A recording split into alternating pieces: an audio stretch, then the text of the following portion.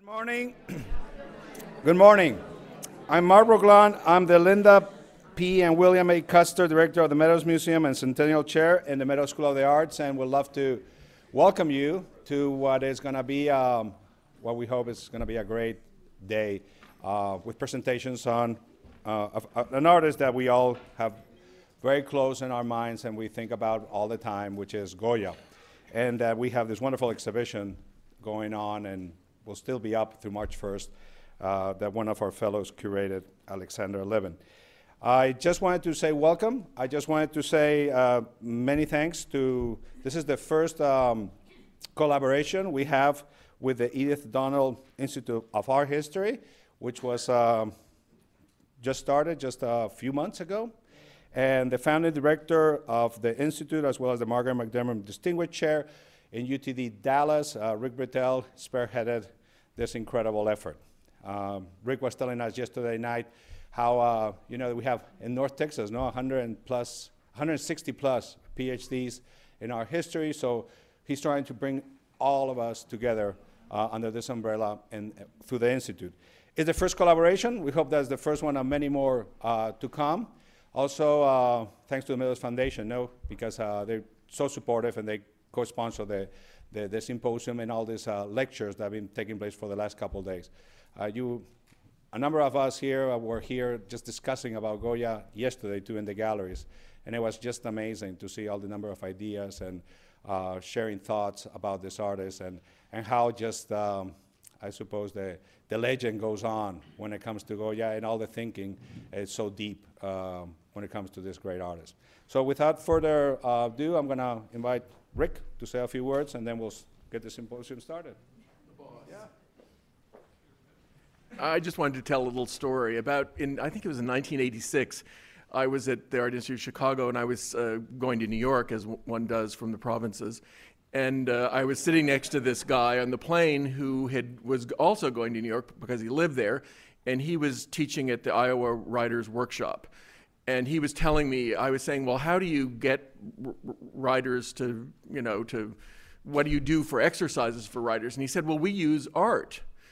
And I said, oh, how do you do that? And he said, well, I choose a famous painting with lots of figures in it, and I put it on the screen, and I tell the students in the room to write a narrative that either ends in the painting or begins from it, and to use the gestures and the costumes and the facial expressions and the positions and all of that as a way of, and I thought, wow, why don't we do that in art history, and how interesting. And it turned out that the man sitting next to me was James Lapine.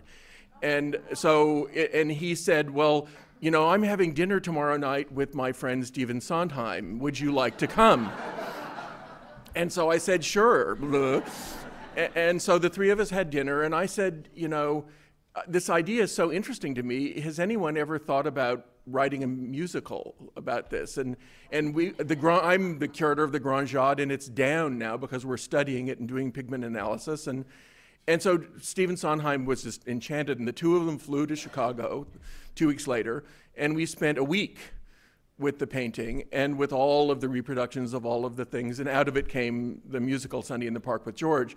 And though you might not think that this has anything to do either with Goya or with the Institute, the Edith O'Donnell Institute, in fact it does, because the wonderful song in the first act of that musical called Putting It Together, in which various figures observed at various different times in a setting are distilled and put into their arrangements, and then meta arrangements are made, and then finally this work of art comes into being, is what you put together if you're an artist. And as I was driving this morning here, I was thinking of that and what we really want to do with art history in North Texas. We do have 160 art historians who work for universities, colleges, museums, galleries, independently, whatever. And the idea of thinking about us as a group and putting together something that is more than the sum of the parts is really what the Edith O'Donnell Institute wants to do. And so we'll do a whole series of collaborations, this being the first one with the Meadows, with lots of other institutions and lots of other scales. And we hope very much to put it together as well as Alexandra Letvin, has put together today's symposium, and I let her introduce it.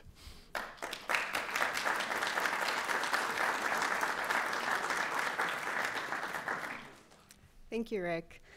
Well, hello and welcome to the International Symposium, Curating Goya.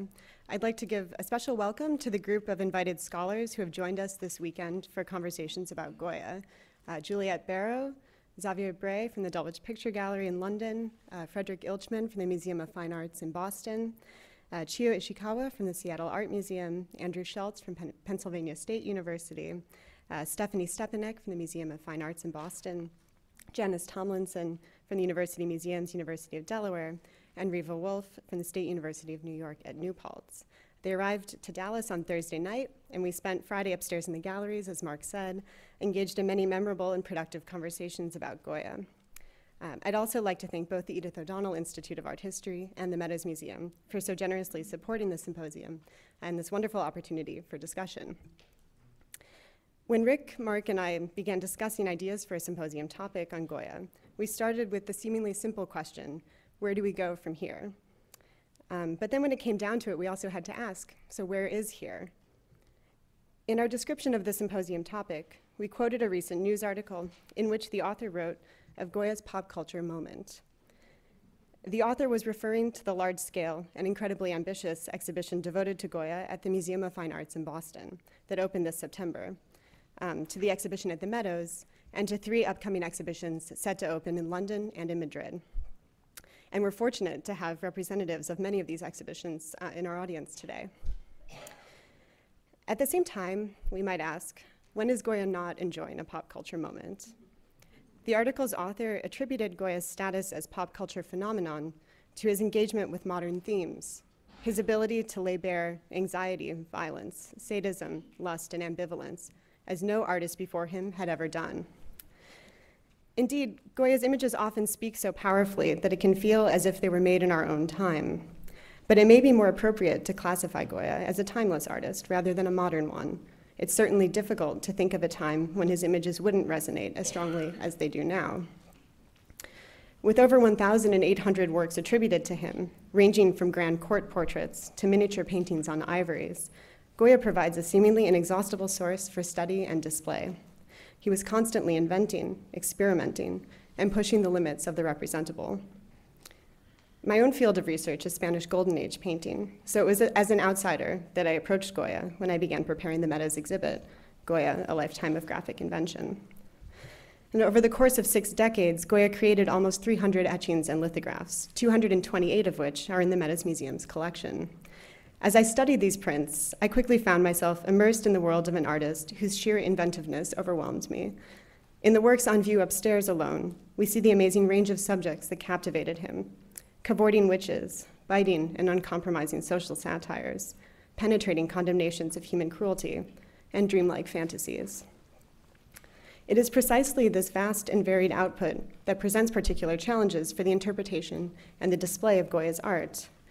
Any exhibition dedicated to him must deal with certain basic questions, whether to show his art by medium, by theme, or by chronology, and whether to show him in the context of his contemporaries or in isolation.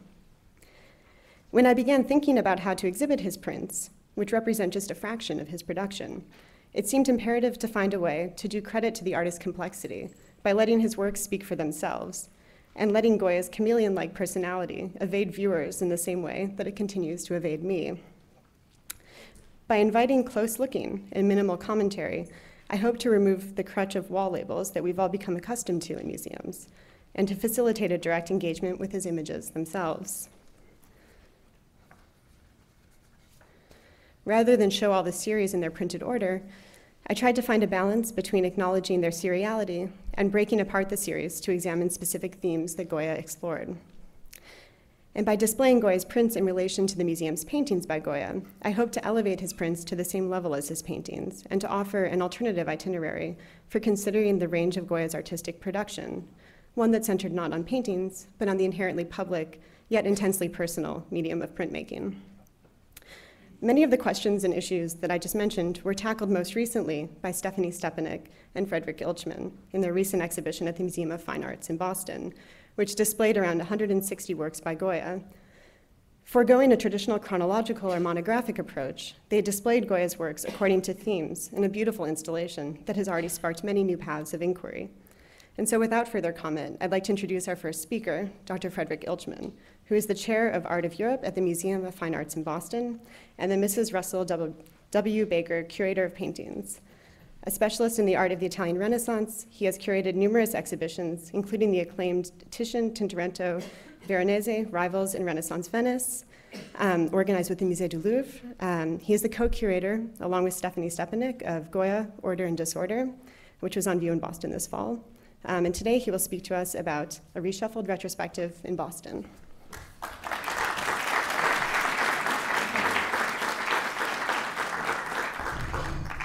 Well, I'm delighted to be here. Thank you very, very much for having me. I served as a co-curator, as Alexandra said, of a major Goya exhibition that closed just a few weeks ago. Like the Meadows Museum, the Museum of Fine Arts Boston takes Goya very seriously. We have a proud tradition of Goya collecting, research, and exhibitions. The MFA is one of the top collections of Goya's works on paper in the world, including about 20 drawings, 4 bound volumes, that is 4 intact books of the first edition of the Capriccios, many of the disasters of war prints, but in original early working proofs, and we have the famous aquatint of the seated giant you see on the screen there. It is one of only 6 impressions of this great print in the world, and it served as the logo, the kind of poster and catalog cover for our recent exhibition. MFA also has a strong tradition of Goya exhibitions, and this is a favorite shot here.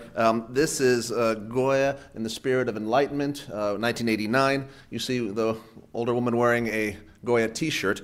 That's Eleanor Sayre, famous Boston curator and Goya expert, and she was incidentally the granddaughter of President Woodrow Wilson. And there were very long lines to get into the 1989 exhibition, just like there were for our show just recently. And one thing that Eleanor Sayre would do would go to the back of the line and find a little child who was distressed from the long wait, and she'd bring the child and the parent right up to the front of the line. A child shouldn't have to wait to get a first crack at seeing Goya.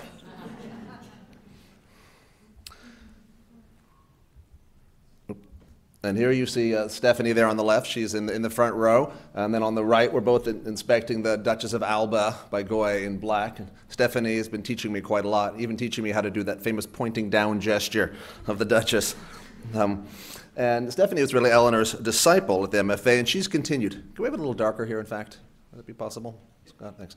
And she's been continuing the tradition of proud Goya scholarship at the MFA and then sharing her vast knowledge with me and others on the staff. Thus we have at the MFA not just a strong Goya collection, which could be the base of an exhibition, but the credibility to mount a major exhibition of the artist. Yet I admit I am a relative newcomer to Goya. And by contrast, this room here is full of Goya scholars or renowned specialists in Spanish art.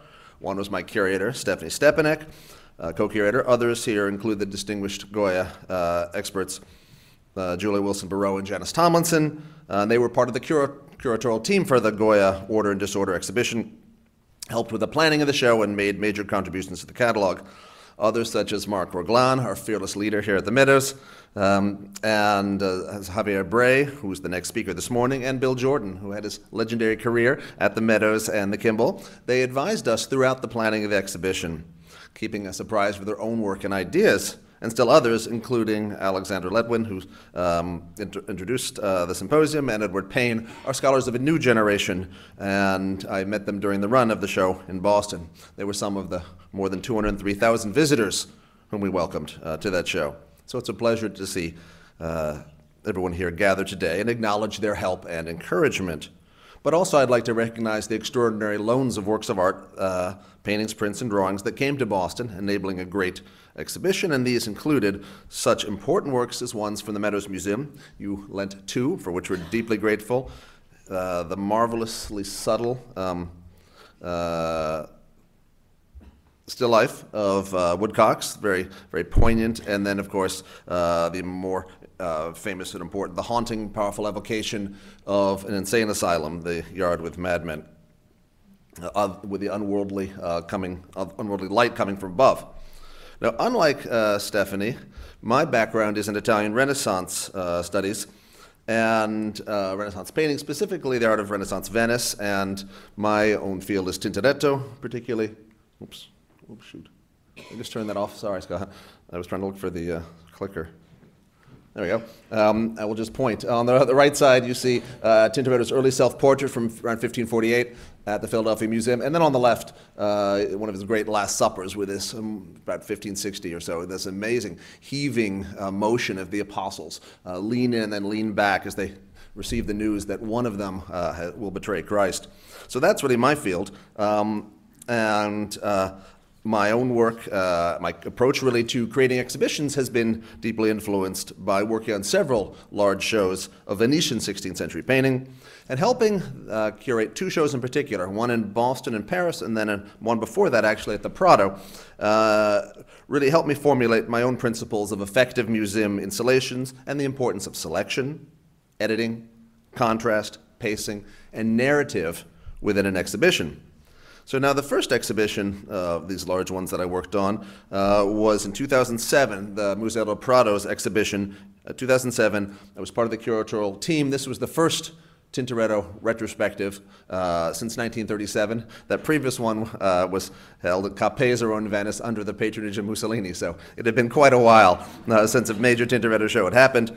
And the Prado proved you could actually do a Tintoretto show, that even though he has enormous paintings, most of them larger than the screen, you could pull something together. There on the left, in fact, you see that Philadelphia self-portrait greeting you at the beginning, and then they use that long main hall of the Prado, you know, the one which used to have Ribera and big Spanish Golden Age, now has sort of Titian and Venetian on one end, and now Rubens on the other.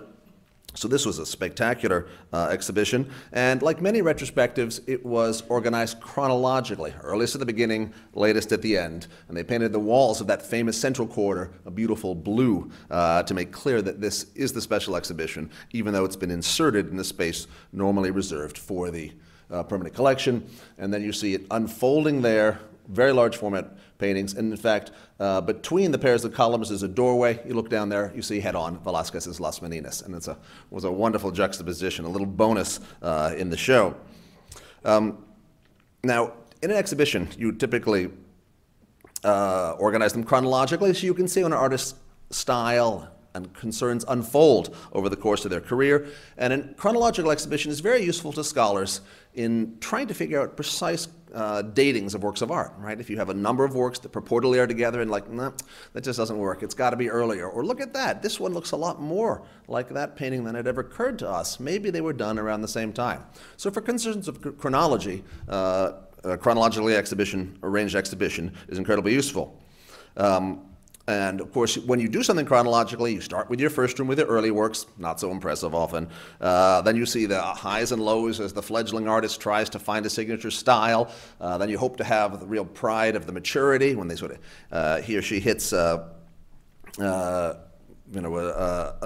certain level of quality, consistency, and a coherent vision. And then you better hope that your artist has a really great late period, because that's the subject of the last room.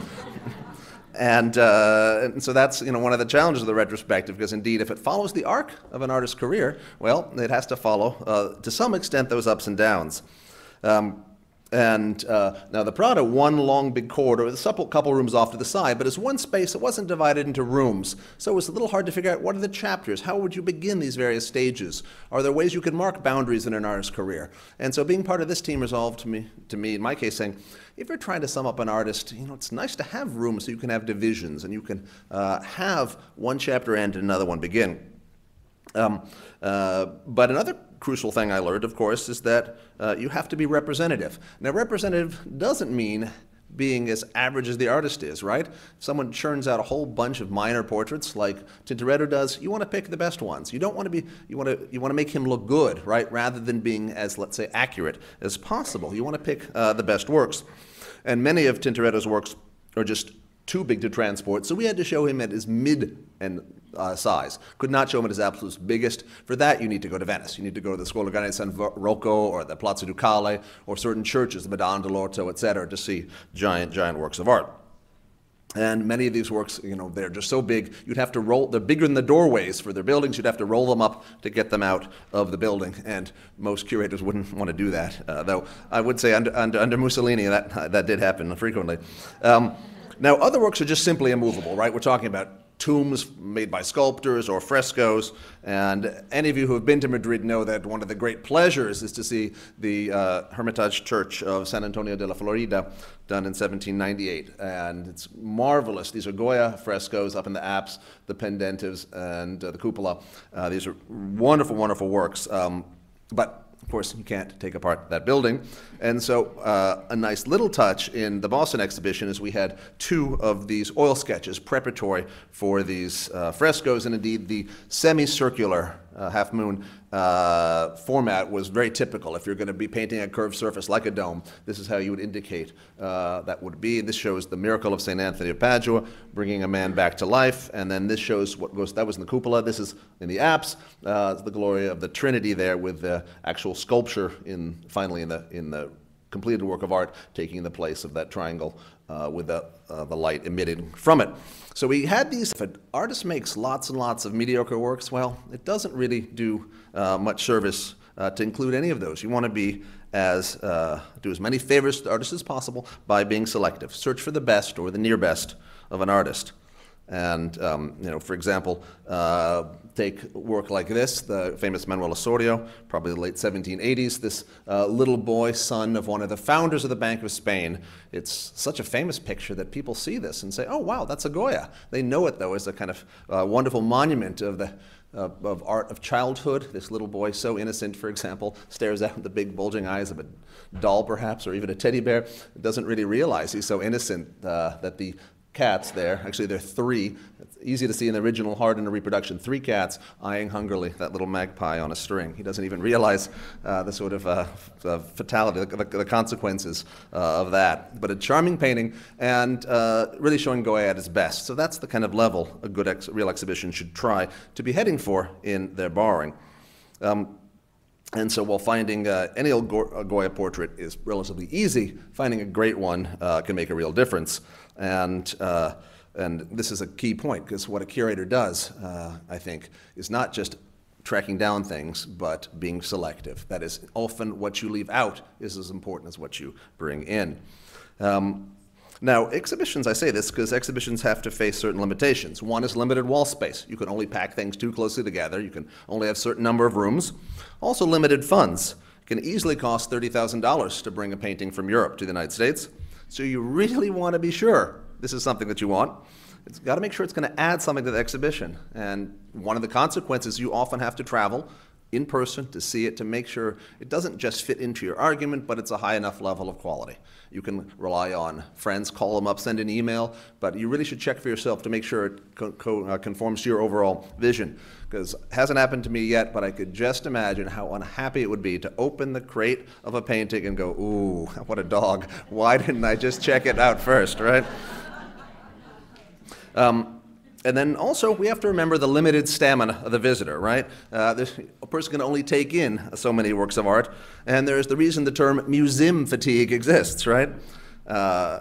A great experience for me was a wonderful Matisse exhibition at the Museum of Modern Art in 1994. Spectacular. I remember learning so much as someone devoted to the painting of the 16th century, learning so much about the drawing, sculpture, and graphic arts of one of the giants of the 20th century. And after about 9 rooms of the show, I thought, this was just spectacular. And then I turned the corner and realized there are another 4 or 5 rooms, and my heart sunk. All told, I think there were about 320 works. Enormous. Even Matisse's mother wouldn't want to see that many works. So, key to an exhibition, I believe, is being selective, striving for the best, arranging the works carefully, with enough space to let them breathe, but also close enough to bring out relationships, pairs, groups of 2, 3, 4. And I think a wonderful thing about the exhibition upstairs of Goya is that you've got these big series, but very subtly arranged into groups of 2 and 3 and 4 and 6, sometimes double hung, sometimes on a single line, that really show fascinating relationships you might not leafing through the pages of a book, for example. Now, the Prado's exhibition, this is back to the 2007 exhibition at the Prado, had a wonderful sense of pacing. You could see the artist Tintoretto growing in confidence, reaching for new concepts, getting better and better in painting human anatomy, more subtle use of color, greater energy. Even as he got older, he seemed to rise and rise with that. But as one long corridor, which made very clear the chronological progression, early period, middle period, late period, it was hard to think about the chapters in Tintoretto's life. And so that's when I made clear to me that if you can build walls, if you can move walls around, then you can create rooms, and you can then make much more clear chapters of an artist's or a theme within a broader exhibition. So this is, 2 years later, this is my exhibition, Titian, Tintoretto, Veronese, Rivals in Renaissance Venice. Started in Boston, then went to the Louvre. In fact, I was shopping around for quite some time trying to find another museum to take this exhibition, because in some cases you can save a lot of money if you have a partner, right? You can divide lots of costs. You can use 2 museums, clout to borrow more works of art. In this case, most American museums were either booked up. They said, great, we'll do it, but can we do it in 2010? I said, no, it's got to be 2009. And other places found it just a bit too expensive. Finally, my then boss, George Shackelford, who's now deputy director here at the Kimball, he went to the Louvre on my behalf to ask to borrow a Tintoretto painting and a Titian. And they said, well, of course we'll lend them to you, but how about the Louvre being your second partner? And so we were overjoyed. So we joined with the Louvre. So in a sense, we married up. That turned out very well, because we had so much help from French institutions. And we went back to the same museums in Italy, churches that I had approached, but with a higher level of ask. We felt that Boston Louvre together could have a little more clout. Now, my exhibition, Titian, Tintoretto, Veronese, Rivals in Renaissance Venice, was the first time in a museum exhibition to look at the big three, Titian, Tintoretto, Veronese, in terms of their artistic competition, how they goaded each other on. And I arranged it thematically to see them all doing St. Jerome's, or Suppers at Emmaus, or portraits of guys in fur coats, to see not just how each one did their own speciality, but how they might have tried to outdo the others, or learn from the others, and take an idea and then respond to it.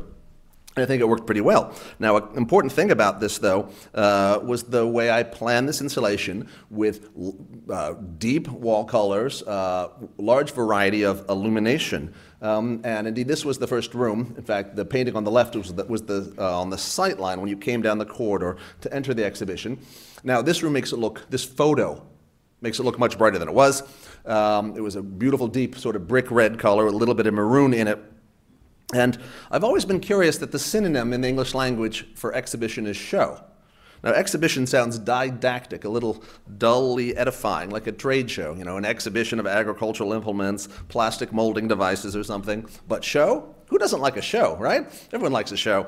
And so I like the first room of an exhibition to be a bit like that moment when the lights go down at the start of a play or a Broadway musical or an opera, right? You kind of gather yourself, lights are going down, something important is about to happen. It's the sense of hushed expectation. You're getting out of the rest of the world and now entering the world of the exhibition. And I think a darkened or dramatically lit first room can really make that happen. So this is our first room of that show. And another important thing I've learned is remarkable how framing, that is actually literally picture framing, and placement of a work, how much a difference that can make. This is a wonderful painting by Tintoretto, early Tintoretto. He's still only semi-competent, and it's the contest of Apollo and Marsyas. There's Apollo there on the left, and it's a curious shape, right? It's kind of oval, a bit like this room. In Renaissance Italy, generally, rectangular paintings went on walls, circular, elliptical, octagonal went on ceilings, and this is a ceiling painting. But for decades, it's been shown at the Wadsworth Athenaeum in Hartford on the wall. And we even showed it in the Prado on the wall. And you can see it right there on the left. Not particularly satisfying, though, because you can see the corners. The frame takes no account of the corners. And indeed, those should be covered, right? It's like your shirt tail hanging out of your suit there. And this whole thing should be elliptical or oval-shaped frame. So this is the Prado show in 2007, and deciding that really wasn't satisfying, I think, and not what Tintoretto intended, I asked the curator conservators in the Hartford Museum, the Wadsworth Athenaeum, one, would they let us reframe it, and two, what about putting it back on the ceiling where it originally had gone? And so our frame, he made a kind of little trompe l'oeil spandrel to cover the corners there. And then you see it in our painting storage room on a transport truck. And you see, even by putting that little covering the edges, that kind of slip there, it completely reinforces the curves of the composition. It really makes this painting come to life. And then you see here a newspaper article. We're putting it back on the ceiling in preparation for the exhibition. There you see it on the ceiling, and we set it into a whole Venetian-style ceiling with extremely, it was imitation, but extremely evocative moldings, just like you would have had in a church or a fancy home in Venice. First time it had been back on the ceiling, I think, in about 300 years. So this was quite an exciting thing to do this, and it's sometimes in an exhibition gathering things, but also how you present them. I also sometimes try to do some witty touches, or what I think are witty. This was the room of mythological nude paintings. So these are Danaes and Venuses by Titian, Tintoretto, and Veronese. They almost all have in their upper corner a curtain, and so I thought, let's put a little curtain as we go into the room, and it makes it a little voyeuristic, right? Peeking behind the curtain. So very, very handy that way. And again, the room is much brighter in this photograph than it was there. I wanted to be like candlelight, because we all look better with candlelight, right? And also I kind of lowered the height a little bit of the pictures and picked a color, right? Bordello red, I thought pretty appropriate. So this is spectacular. You've got 3 Titians there and then a Veronese in that row from left to right. Just spectacular. And then you can play that up, though. If you have this warm, sensuous space, you can get a little shock or frisson when you look through the doorway and see the very chaste portrait of a young 10-year-old boy through there in the portraits room. And you'll notice how different the levels of lighting are. And that's an important thing, I believe, that if everything is one big theme, keep it all together. But if you want to stress the boundaries for one theme or chapter, from mythological nudes, that's Titian on the left, and Veronese's response to Titian on the right, if you want to stress the divisions, strong differences in wall color and strong differences in lighting can really make clear, aha, we're leaving one chapter and going to the next. I really made it clear, of course, by having a red curtain just like you have in those paintings. Now, this is the portrait room itself from Titian, Tintoretto, Veronese. Much brighter, lighter wall colors, and very different in effect. In fact, the skylights were even open there, so you could have it's a little bit of daylight as well. But that was striking to me, because I realized then, I thought, that gathering into one room makes a real impact. You get these fabulous faces who look across the centuries right at you. And who are these people? You wonder as you look at them. And even if we know their names, and we certainly do with almost all Goya portraits, but not a lot from this period, we wonder what they're thinking as these portrait sitters look out at us.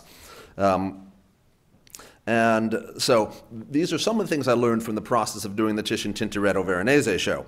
Now, there are only 56 works in that exhibition, all paintings. Goya Order and Disorder is much bigger, 170 works. But that's, as Alexander said, this would be 170 is only a fraction of the more than 1,800 works in Goya's oeuvre overall, prints, drawings, paintings, miniatures, etc.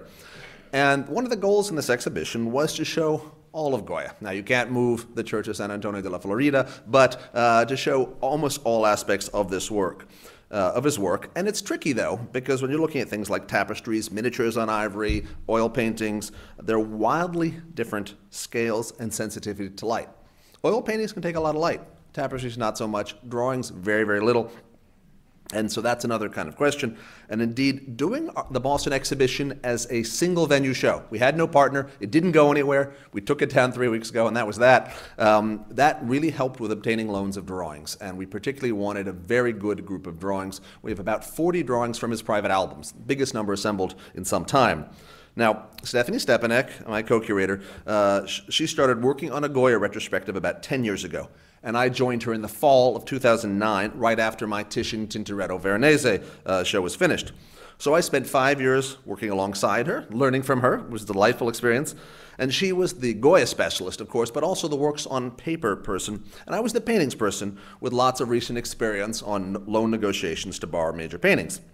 But from the start, Stephanie had devised a new approach to a Goya retrospective, a new way of looking at this much-studied artist. She wanted not a chronological installation, but a thematic one, grouping works, paintings, prints, drawings, etc., by similar subject matter or composition, and thus trying to draw out the connections in Goya's oeuvre across decades, early and late works near each other or next to each other, works in different media next to each other, and thus conveying the coherence of Goya's artistic vision. She also wanted to give equal weight to paintings, prints, and drawings. Not just because the show began first as a print and drawing show of Goya, and then later paintings were added and I joined the team, but Stephanie wanted to make clear that you can best understand Goya by seeing all his chosen media together. And this is not, the idea was not to have the case where you have a main exhibition, an exhibition is mostly paintings, and there's a kind of sad little works on paper ghetto or Siberia off to the side. No, no. They make clear the interconnections of this work, because it's absolutely essential. It's how Goya thought. He worked back and forth often in the same year and probably even month or day, these various media. Now, I should also say that Stephanie's original title was Hand in Mind, thinking a lot about creativity as a concept, thinking about Goya's working process. But we have at the MFA a title team made up of, the title team decides titles, and it's made up of the head of education, head of PR, head of publications, a number of curators. And they said, oh, Goya, hand in mind. Well, but all artists have a working process. They'll take an idea and then execute it. What's more specific to Goya? And so the team came up with order and disorder. Now, at first we thought, oh dear, disorder, mental disorder. No, it's not, Goya's not crazy. But then we've later come to live with this title because it actually seems to be pretty effective. First, it certainly brought people in. But second, these are the two poles of his life. Part of his life was relatively calm and prosperous Spain. Another part was, under the Napoleonic invasion, the challenged institutions, famine, fighting war. So order and disorder were the poles he understood. But the other thing was that, Goya, like all of us, lives in a disordered world. But an artist, like a scientist, might try to impose order on this disordered world. And the systematic way he makes prints, which you see upstairs, or his drawings and album, or the way he characterizes sitters of his oil paintings, the portraits, is someone who's trying to be systematic about looking at the world. And so this, in the end, didn't change very much the checklist, the works in the show, but it very much changed how we presented it. Our introductions, part of the catalog, the wall text, the labels, etc. Now, another concern we had was other exhibitions on Goya that were in process. We didn't want to duplicate efforts. We didn't want to make too many of the same points, right? Why bother doing the same thing that someone else is doing? And we didn't want to get in the way of other Goya exhibitions who were trying to borrow some of the same works, at least as much as possible. And we were particularly attentive to a major exhibition planned on Goya's portraits by the National Gallery in London, scheduled for the autumn of 2015. And Javier Bray will speak about that upcoming show right after me. And Steffi and I even traveled to London to exchange information in order to minimize the overlap. And our plan was to show portraits as only one aspect of a much wider look at Goya and concentrate on works obtainable in the United States and supplement them with some loans from Europe, because the ones in the United States, of course, are easier to borrow and easier to transport. But a complication. Our Boston Goya exhibition was originally intended to be in the spring of 2012, more than 3 years before the London Goya show. So a comfortable gap. Unfortunately, for reasons completely beyond Stephanie or my control, our administration decided to move the Goya exhibition later in the schedule to the autumn of 2014, just 1 year before the London plan. And this was partially for financial reasons, because a big show like this costs a lot of money with lots of loans, but also because we opened a renovated wing of contemporary art, and we wanted to have an exhibition by a living artist in the spring of 2012. Now, I think Goya is completely irrelevant to the present day, but he did die in 1828. So instead of the spring of 2012, we had Alex Katz's prints. So Stephanie and I were horrified by this sudden change, and we immediately wrote to Javier Bray in London to apologize and repeat our goal of minimizing the overlap. And so we sort of affirmed some of the things we planned to do. This very charming kid, Francisco de Paula, is it's an oil sketch for a big group portrait in 1800. This is the only portrait of a royal person in our, king, prince, let's say, immediate royal family in the exhibition. We didn't try to borrow any ones of the king or queen. And remember, Goya was first court painter. The other thing, the goal of this was to show Goya's working methods, really, within our portrait section. We have no late portraits, so nothing from the Bordeaux period. We didn't try to borrow major monuments of his early work, like the Count of Floridablanca right there. And we also decided not to really concentrate on US institutions and not approach regional or provincial collections in France or Spain, places like Bilbao, Pamplona, Zaragoza, Santander, Valencia, Bayonne, etc. Lots of great Goya portraits are unusually spread out in many, many museums. So we decided to use the core of portraits in the US and supplement them with some key loans from Europe. Now, one of them was this enormous painting, The Family of Don Luis, the man playing cards there in profile, youngest brother of Charles III, and it's the picture of his family and indeed his household, that is the entourage, the servants. It's a marvelous group portrait and really gets Goya going as a portraitist. And this is owned by the Fondazione Magnani Rocca, which is a small country house museum outside of Parma in central Italy, in Emilia. And rather charmingly, the chairman of their board is an executive at the Barilla Pasta Company. And so I went to meet with him and explained, and they said, well, we need significant help for doing a major exhibition. Major for them is medium-sized, and they wanted to do a Toulouse-Lautrec and the Belle Epoque exhibition. And so we lent them 20 works. 2 paintings, 9 Toulouse-Lautrec prints, including this one, and 9 Japanese prints. We have almost an infinite number of Japanese prints in the Boston Museum of the kind that would have inspired the Impressionists and the Post-Impressionists. So that was an example of really helping them, giving them the core of an exhibition to allow a huge painting to come to us. Other things, much more difficult. This famous painting, Time or the Old Women, comes from the museum in Lille, which is in northern France near the Belgian border. They turned us down twice. And then, amazingly, it fell into our lap. The same museum in Lille, with the help of the Louvre, was putting on an exhibition of a certain pharaoh of Middle Kingdom Egypt, and they needed our help. Again, we are an encyclopedic museum, strong depth there, and so we were able to lend 12 of our pieces and in turn get that great painting from Lille. So here's the first room of the exhibition, all self-portraits, Goya looking at himself. And we've got some nice connections. Hard to see in the big group portrait, but there's a little girl at the far left. You see her through the doorway, right, in the section on the life cycle. Again, we have a dark first room for that sense of expectation, and keep in mind this chocolate brown color, because we return to that in the last room. And something I think it's very important in a thematic show, which doesn't have the narrative arc of youth and middle age, old age, death. It's important to have a sort of sense where you think you've come round full circle and learned quite a lot in the process. So first room, self-portraits. Second room, we had this famous portrait up, and then old age. But in this one, we used the kind of heavy artillery. Great portraits from the Met on the left, Washington on the right, but in the context of prints and drawing, illustrating childhood. Now the next room was about games, play and pray, P-R-E-Y, because remember every game has a winner and a loser, and certain games like bullfighting, well, one of the two really loses, and we brought together this wonderful example of a game, carnival game of girls tossing a straw mannequin in a blanket, right? And so girls are not only having fun at boys' expense, but these are Spanish girls, and what's being tossed, the mannequin, the doll there is a French dandy, so it's a nice Spanish-French competition. The far left is the oil sketch, then the cartoon, which is the full-scale painting, which was then transformed into a tapestry. And to bring those two together was exciting. We've got the Hammer Museum in Los Angeles on the left, the cartoon from the Prado, and then the Royal Palace in Madrid on the right for the tapestry. That's one thing exhibitions do. They bring them together.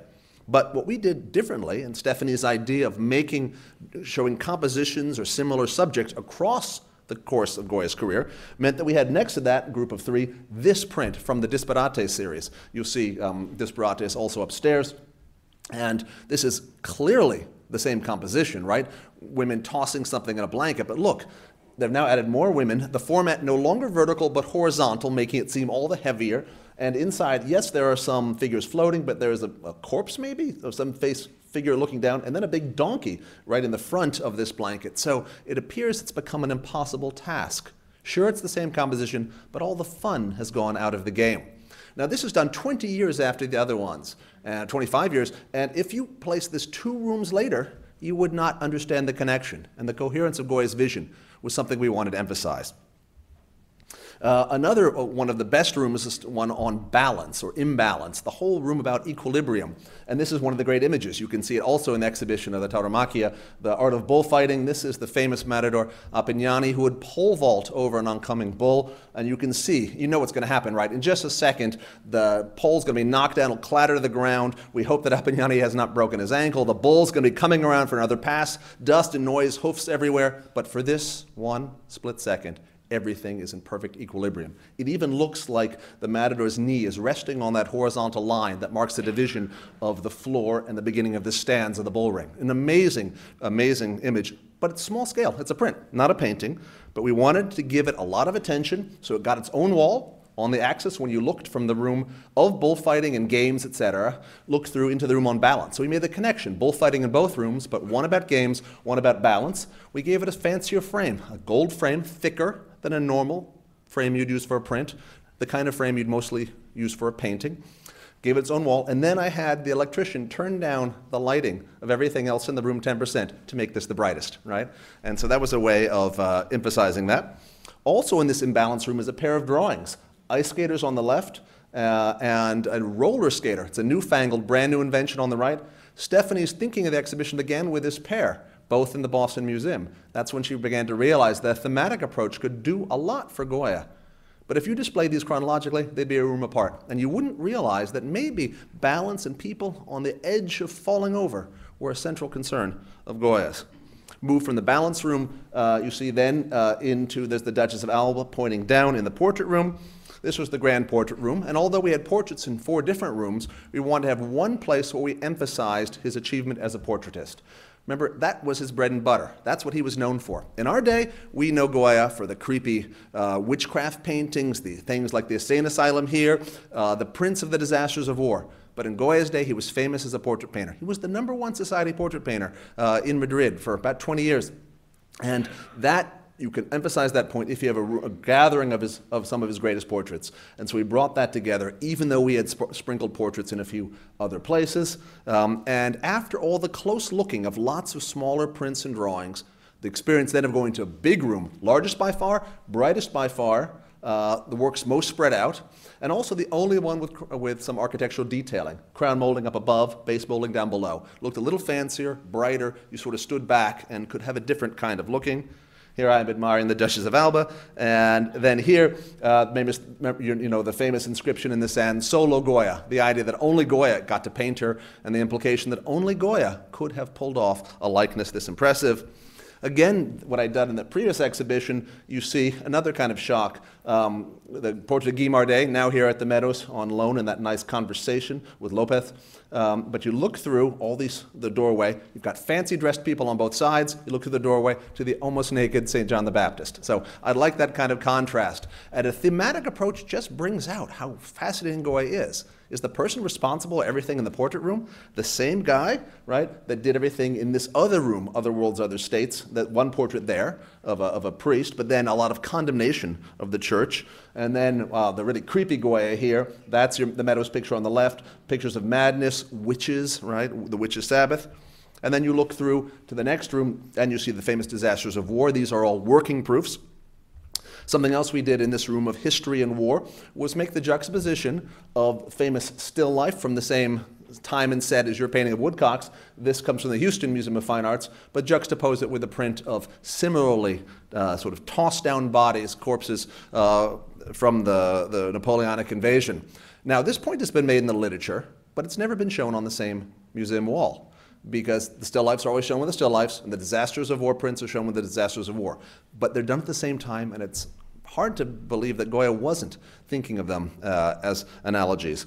So our final room here, enormous painting. This is the Last Communion of St. Joseph Calasanz. Came to North America for the first time. We had to rely on a higher power. We asked the help of the Archbishop of Boston, Sean O'Malley. He's not just an archbishop, he's a cardinal. And he was, somewhat in the running to be pope last time. And he agreed to write a letter that arrived the same week as the letter from the MFA asking to borrow this painting from, it's basically a religious school in Madrid. And the point was that it would not just be a fitting conclusion to the exhibition, but a spiritual and theological gift to the people of Boston. So able to borrow that. and we paired it with another portrait, another self-portrait. So you see, we began the show with self-portraits, we end with a self-portrait. We began with a chocolate brown, we added a little bit more red into this last room, more kind of a eggplant or aubergine color, but to make you think you've come full circle. And we used, of course, this room, we called it Solo Goya.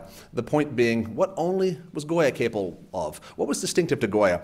And so I'll show you one last set. This was a set of the giant, and one of the wonderful themes that Stephanie devised, and I helped her figure out, finalize. And the idea of the giant, because Goya, just imagine the time he lived in, right? Invasions, kings come and go, institutions are challenged. And in all of this is a lot of play about power, who's in charge. And I think in a series that we developed on the giant, we can show him his meditation on this theme. First one's a tapestry cartoon, The Little Giants, right? There is one boy on top, he's having a great time. The boy holding him up, not so much fun, right? And this tells us a very important thing about power, that power is based on subjugation. If someone's in charge, someone else is holding him up, right? And this is played out all around the world. You can see that even the curvature of the earth implied there, and then another boy on top, another one holding him up. Or see this great print from the Capriccio series, To Rise and to Fall. And this reminds us that someday, you know, the rulers are going up. The next day, they may be going down. And so power is short-lived. An amazing print from the Disparate series. You see this huge phantom looming over these soldiers. Incidentally, it's a similar costume in a way. It's with a kind of a big X on the costume, the uniform to the soldier in the previous print. But this is this huge figure, and as they're terrified, they jump over each other and stumble to get away. So this reminds us and tells us that power is often based on fear. But if you look closely at that right sleeve there, you see a little face peeking out, right? That's not a giant. It's a bunch of guys on stilts covered with sheets, right? The whole thing is a hoax. And so this is Goya telling us that power, though it can be terrifying, may also be ultimately hollow. And we ended this sequence, and indeed ended this exhibition, with our great print of the seated giant.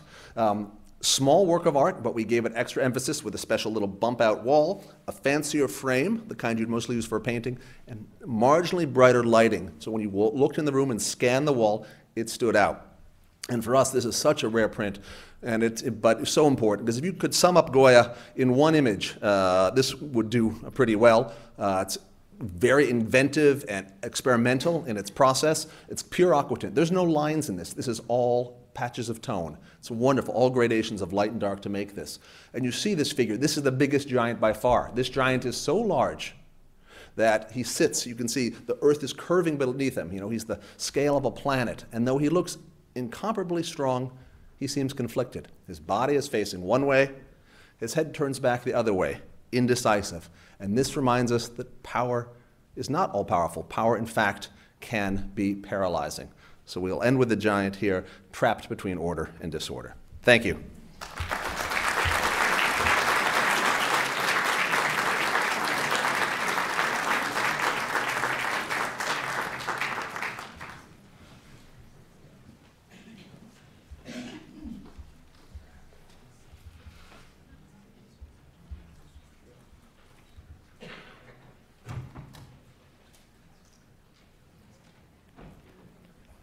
Thank you, Frederick.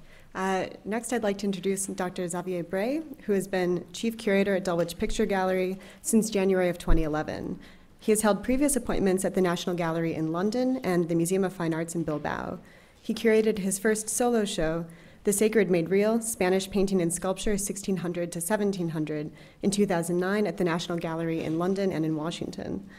Since he has been at Dulwich, he has curated an exhibition on Murillo and is now working on an exhibition of Goya's portraits for the National Gallery, due to open in autumn of 2015. Today, he will speak to us about Goya's portraits, an exhibition in the making.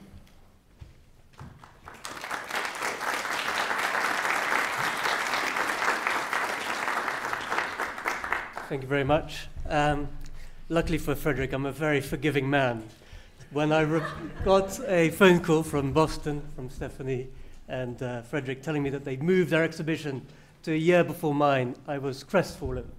But luckily I'm a fighter, and luckily I have great colleagues who help me, and luckily with Boston we managed to find a middle way, as one does in life. But what I'm going to try and tell you, unfortunately, this is an exhibition in the making. Sorry, it's very much happening at the moment. I'm still negotiating. Certain loans, as you'll see, came to Boston, and as a result, are difficult to convince lenders to come to London just a year after. But we're getting there. And what I want to do in this short 30 minutes is to share with you some ideas about Goya, the portrait painter, but also show you how one goes about bringing together about 50 pictures and drawings. Now, the thing about Goya, the portrait painter, it's a fascinating subject to go into. There are about 200 plus portraits that survive by him. And of course, one has to select the best, and you also want to tell a story about his career as a portrait painter.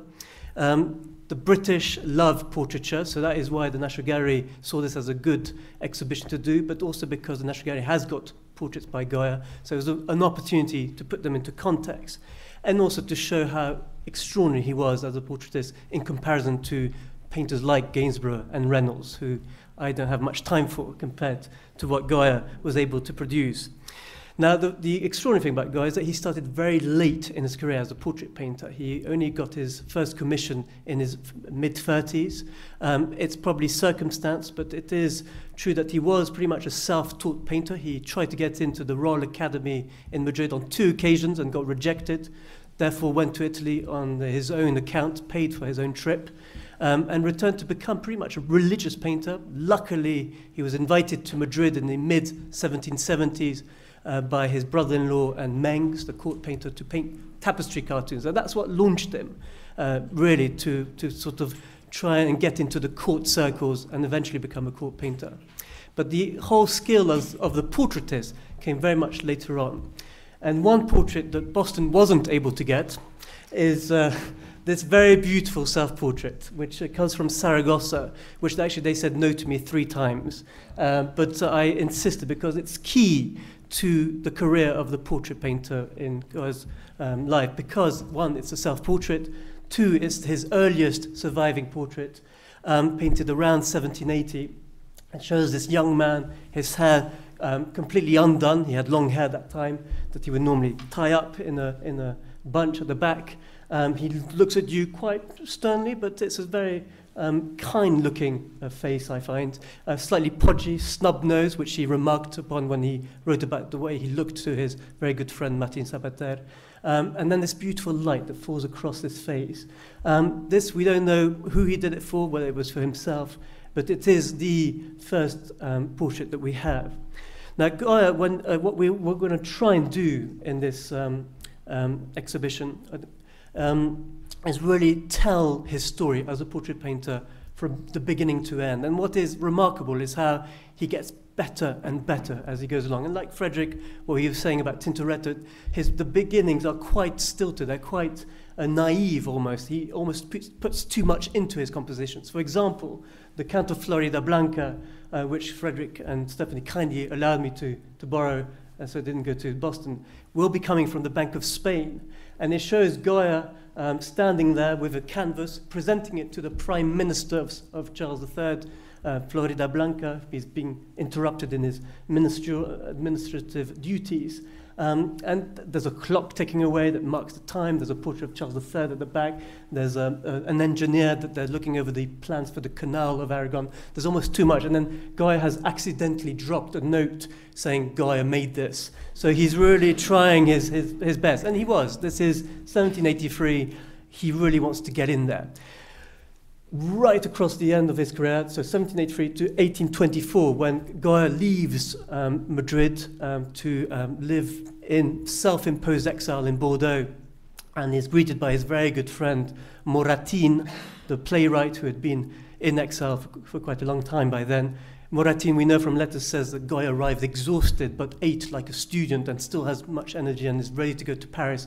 I'm trying to tell him to relax because it's going to get cold, and tell him to come back soon because the winters are hard in France. But this is one of the most evocative portraits of a very good friend, very simple. You can see that in a matter of 40 years, he's completely developed, not only stylistically, but also in the way he paints not just the face, but also the actual, this insight into the person. Goya was genuinely interested in people. He wanted to get to know them, and you get this in his portraits. You really feel that he invested a lot of time and energy in trying to understand what these people were all about and how he could possibly conjure that up into paint. So that's the aim of the show, is to, with a selection of very high quality portraits, to tell the Goya portrait story. And it's something that I feel Goya would have been very proud about, because he did see himself as the heir to Velázquez, which I'll tell you more about in a minute. But there hadn't been a great portrait painter since Velázquez. And this was very much his big sort of ambition. And although the beautiful caprichos and the engravings upstairs, the private albums, provide a very intimate and private look into Goya's mind, the portraits are the more official, the more public Goya. And in a way, they mark his career in a very sort of beautiful, solemn way. He was very selective of who he painted. He wasn't really a society painter like Gainsborough Reynolds. He was somebody that every portrait mattered, and every portrait, as you'll see, is totally different from the other. He was not formulaic. Now, when Goya came onto the scene, this is a kind of portraiture that was accepted. This is Louis-Michel van Loo's painting of the family of Philip V. Philip V is sitting there in the middle next to his wife Isabelle de Farnese, and then the whole Bourbon family. It's grand, it's operatic, it's scenic, it's a bit like the Met Opera live. When Goya arrived in Madrid, the man who was appointed the first court painter to Charles III was Anton Raphael Mengs. He was the only one supposedly allowed to paint portraits of the royal family. He'd been brought in from, well, he lived in Italy, but he was actually German in origin. Very strict painter. He was a good painter, but and Goya admired him and wanted to emulate him. And you can see the self-portrait that we saw earlier has a very interesting connection with this very beautiful self-portrait by Mengs. But he was a classical artist, drawing first, study nature first, and then idealize it. And so the portraits that he came up with are portraits like this. So this is the young Ferdinand, Prince of Naples, and you can see it's all about posture. It's more about the table on the left, this beautifully rich gilded table, the crown on top of it, this architecture, and it's quite hard in a way to actually feel anything for this young boy. I mean, it's a beautifully painted picture, but it has none of the insights that Goya will be able to produce later. And this is Mengs's official portrait of Charles III, with his armor pointing grandly, and you can see it's all about finish. It's polished. I like it, but you don't get much into it. Now, I did compare this with Goya's portrait of Charles III, which he did probably based on this, and it's extraordinary what happens. And I'll flick backwards and forwards because it is extraordinary to see. And this is something I haven't yet explained. How does Goya get away with it? Because of this realism. This is something that it's inbuilt in him. He paints to a certain degree what he sees or what he feels he should represent. And there is an extra wrinkle. I'm sorry, but the wrinkles have been slightly pulled back here. But there is a wrinkle around his lip. And at the same time, it's a ruddy-looking fellow who loved hunting. And Charles was a very humane king. He was known as Primer Carlos que Rey, first Charles, then king. So he wanted to be loved by his people. And I'll talk about this in a minute, but the main thing here is that Goya is looking back to one single artist, and it happens to be the great Velázquez, which, of course, all the royal portraits were hanging in the royal palace in Madrid. Goya actually made a point of making copies of them. This is a red chalk drawing on the right, a small drawing in preparation for a whole series of etchings that he made of all the royal portraits. And I think as he was copying them, he got to see the technique, got to see the style, and also got interested in this whole idea of the informal portrait that then gets turned into the official portrait. And here we have Philip IV in his hunting costume. And here we have Charles III in his hunting costume. And you can see what he's looking at, but then he's not just copying. He's breathing the sort of Velázquez technique into this picture. And we have this man standing with his gun. The gun is beautifully depicted, and we've spoken to gun experts in Madrid who will tell you that that is exactly the gun that Charles V went hunting with. The glove, I just love the way the glove just hangs in a very relaxed way, while the dog is fast asleep on the left, and he looks at you with these sort of ruddy-looking cheeks in a very humane way. What I've been able to discover while researching this is that it is very likely that this portrait was commissioned. This is I've managed to borrow it. It's from a private collection, and it was commissioned probably by the Conde de Fernand Núñez, who wrote the biography of Charles III. He was an ambassador, but also very fond of Charles III, and it's possible that he gave Goya this commission, basing it on the Mengs that we saw earlier. So it's not a royal commission for the king, it's actually a commission for an admirer of Charles III, which is an interesting way of thinking about this portrait. Now, of course, Las Meninas by Velázquez was a sort of talisman for Goya. He respected it, he copied it in his etching, and very much learnt everything from it. And it's very likely to have been the main source, along with other things, which I'm not going to go into now, for his great portrait of the family of the Infante Don Luis, with his courtiers and servants. It's an extraordinary picture, and as Frederick said, it lives in this small place just outside Parma, and if it had stayed in Spain, it'd probably be a picture in the Prado and probably would never get lent, because it is his first masterpiece. But because it was bought by a pasta magnate in Parma, it travels the whole time, and we, of course, are desperate to borrow it, and I'm still negotiating. But because they traveled to Boston, the Magnani Rocca felt it was they said no 5 times, saying that it's too fragile to travel again. But having said that, we are still negotiating, and we will, having seen what Frederick had to pull up for all those prints of Toulouse-Lautrec, we've come up with a Van Gogh. So, yeah, so this is what you have to do to get these loans. But it will be in the first room of the show, and it will be a great opportunity to bring together all the other pictures that Goya painted when he traveled, especially to a small place, a mountain place called Arenas de San Pedro, to visit this Don Luis who was living in exile.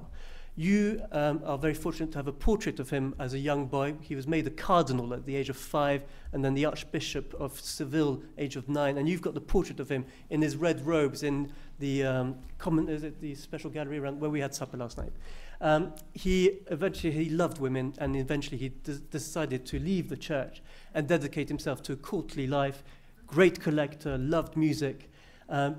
But one day he got caught up a tree with a prostitute and was sent into exile by his elder brother, King Charles III, and that's where he was living, in this small palace in an improvised court.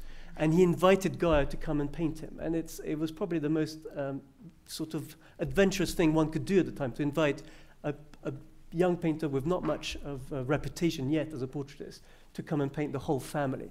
And here we see Goya at his canvas. The canvas is likely to be the picture we see. The infant Don Luis playing a game of solitaire while his wife, who was 32 younger than he, is having her hair done.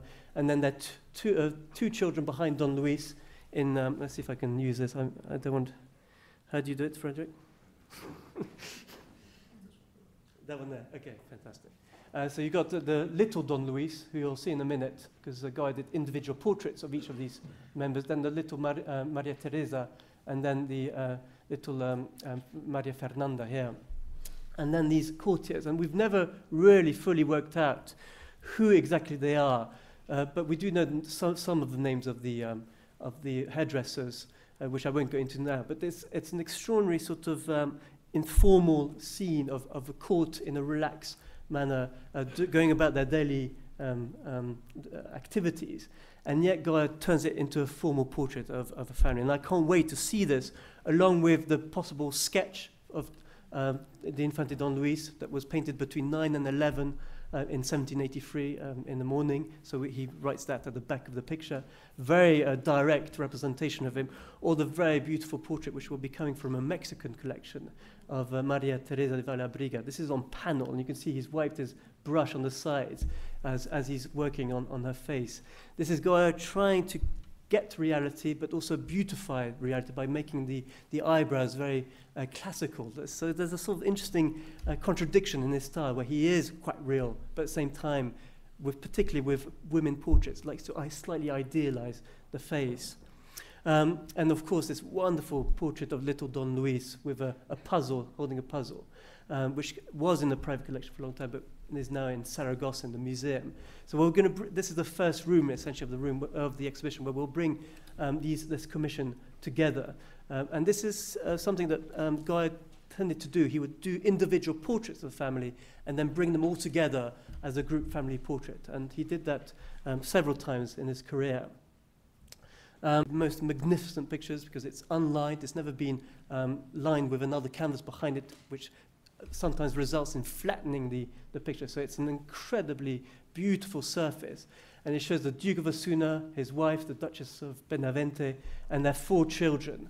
Both were remarkable, enlightened members of the aristocracy, believed in reading literature, brought in French books into Spain, were great lovers of the arts, music, and also very involved with reforms, economic reforms.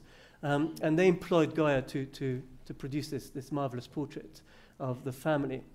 And it's a portrait that when you get close, it's very direct. There's a sense of a snapshot quality as they look at you. And yet at the same time, it's full of the luxury that you would expect. This beautiful blue coat, these wonderful miniatures on the side here.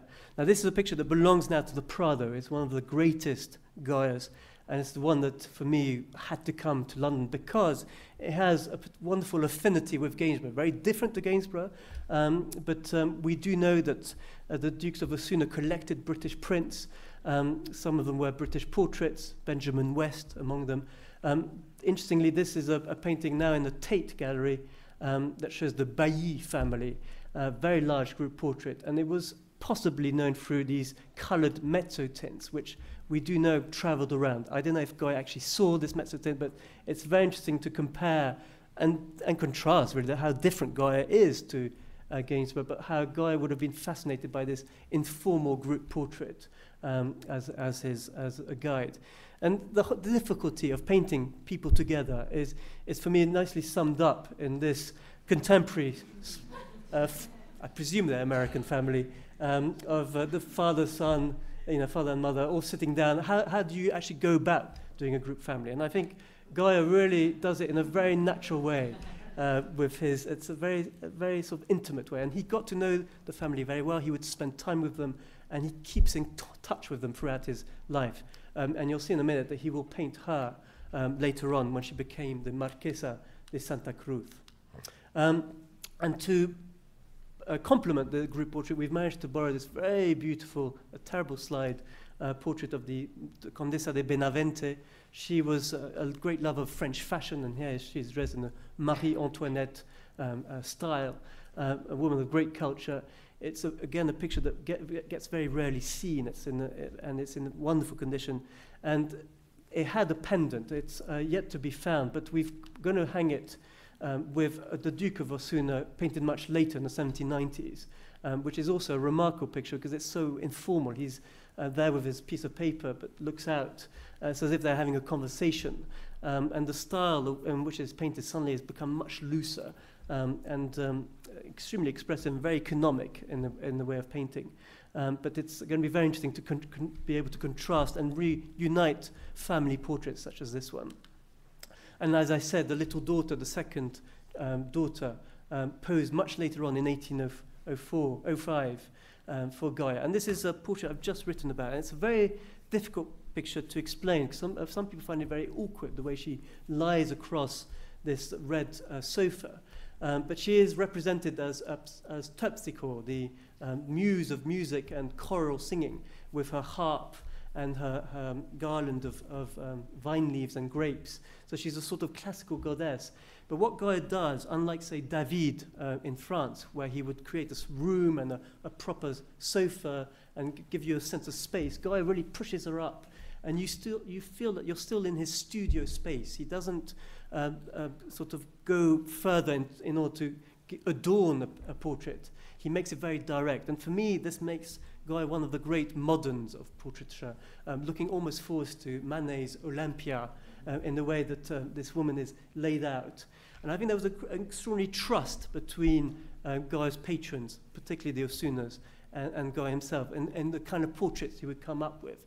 There was nothing like this in Spain, and David is the closest, but this kind of directness is very much one of the great characteristics of Goya's work. Now, of course, if I'd asked for this from the Prado, they would have laughed at me and they would have probably told me to cancel the show. But this is the famous family group portrait of Charles IV. And this is, of course, the great moment for Goya when he is, in 1799, named First Court Painter.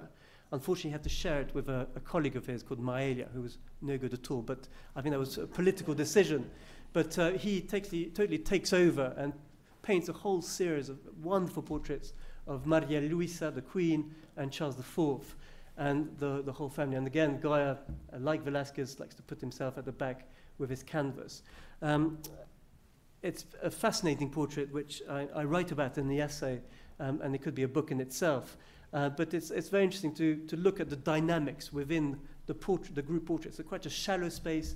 The Queen is very much the center stage, with holding her eldest daughter by the arm, and then her youngest son by the hand. But actually, when you start looking, you'll see that Charles IV is stepped forward a bit alongside his son Ferdinand. So there is respect for the hierarchy of him as king of Spain and the heir to the throne. And I think it's important because, of course, in the 19th century, French visitors would call this the family of a butcher. They thought they were so unregal, so direct. But it's important to realize that this is 1799. The French Revolution has gone by. There's been terrible changes. The king's cousin, Louis XVI, was beheaded. So it's very important for the royal family in Spain to show themselves as people that you could relate to on human terms. And Goya is the perfect painter to relate to that concept of people that you are part of their own time. Yes, they are the absolute monarchs, the divine right of king, but at the same time they are there to serve you. So because I can't borrow this, there are two portraits that are key to the show, and I'm still waiting for an answer. But they come from the Royal Palace of Madrid, and they show Charles IV in his hunting costume. He loved hunting and spent most of his time hunting like his father. And I'm hoping what I'm going to do is hang the portrait of Charles III, his dad, next to his son. This time the hunting dog is more alert, looking up. But they are meant to be informal portraits and yet official portraits of the king. And then the queen, Maria Luisa, wearing the mantilla. Again, a great way of trying to associate herself with Spanish dress. Rather than wearing French dress, she's wearing the mantilla. And she was apparently extremely proud of her beautiful long arms. And of course, Goya pays homage to that. So I'm still awaiting. This has been a very difficult loan to negotiate. The Royal Museum, or the Royal Palace in Madrid, has opened a museum. And of course, they want this to be their centerpiece. They're due to open exactly at the same time as the exhibition in London. But I'm hoping that in true Spanish style, they will be late and delayed. And so this is what I'm hoping to hear, actually probably when I come back next week. Another section that I'm particularly interested in looking at and thinking about is Goya as a painter of the Spanish Enlightenment. And this is a sort of homage to the great Boston show back in the 1980s, which looked at that theme. But Goya not only painted himself in this beautiful self-portrait, which is now in the Royal Academy in Spain, but it's about this idea of light, of the idea of him being part of a movement who wanted to bring reform, both politically and religiously, in Spain. And he was very close to some of these figures, and there will be a room dedicated to such characters. What's interesting is that Goya, one of the few prints he had in his own collection that was inventoried later in 1812 was a portrait of William Pitt the Elder, the great British politician.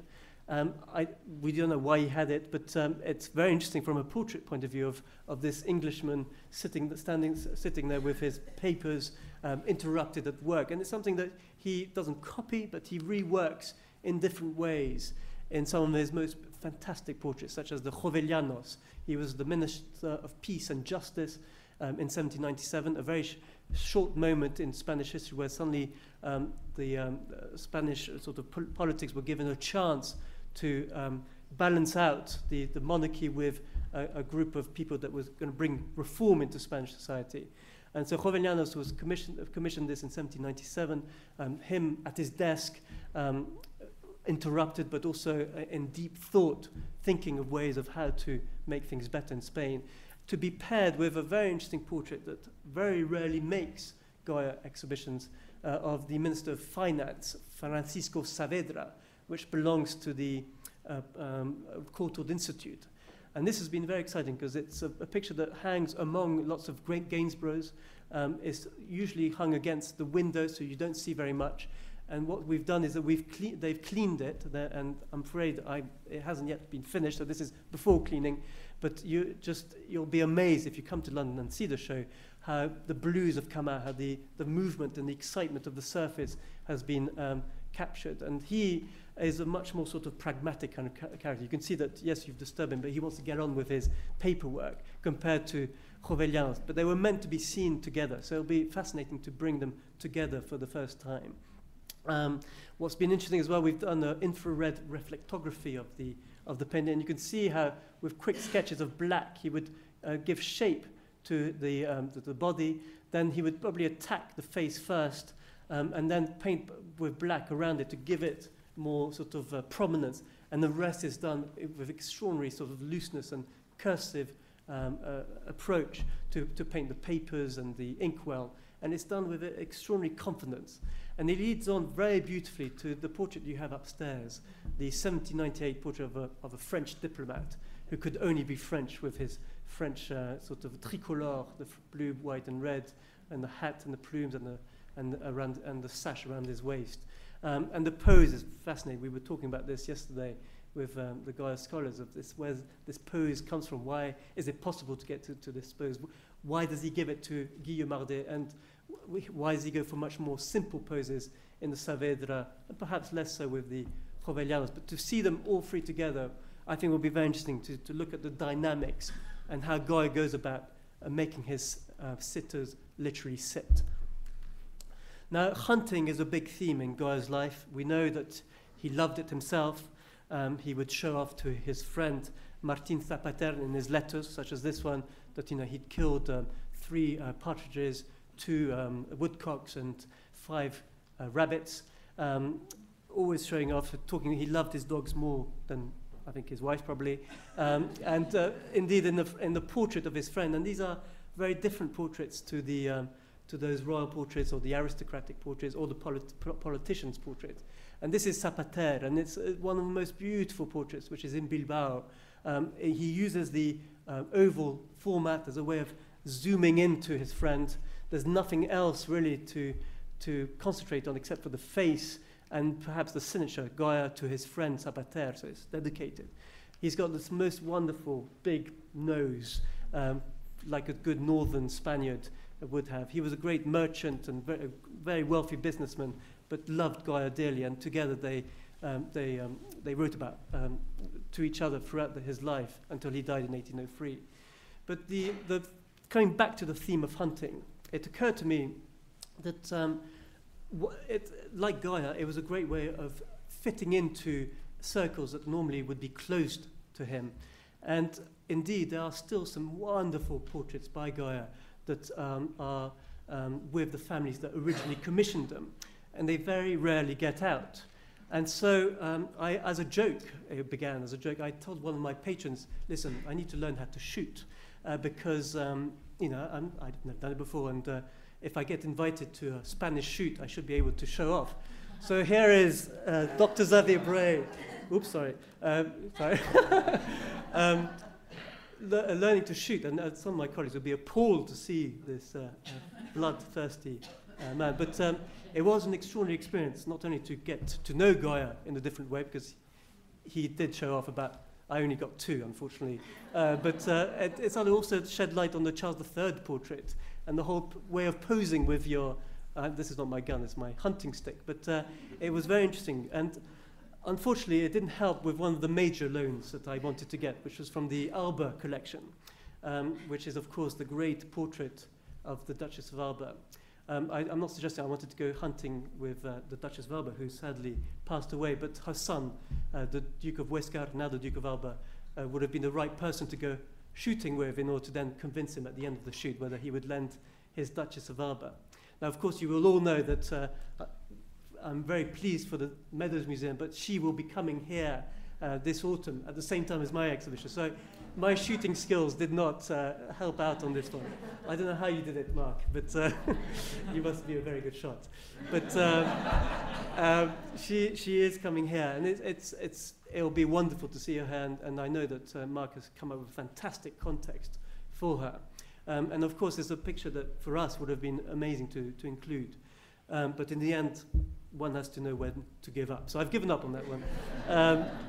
And there is another portrait of her that Boston amazingly managed to convince the Hispanic Society to lend, but they've told me that it can't travel again.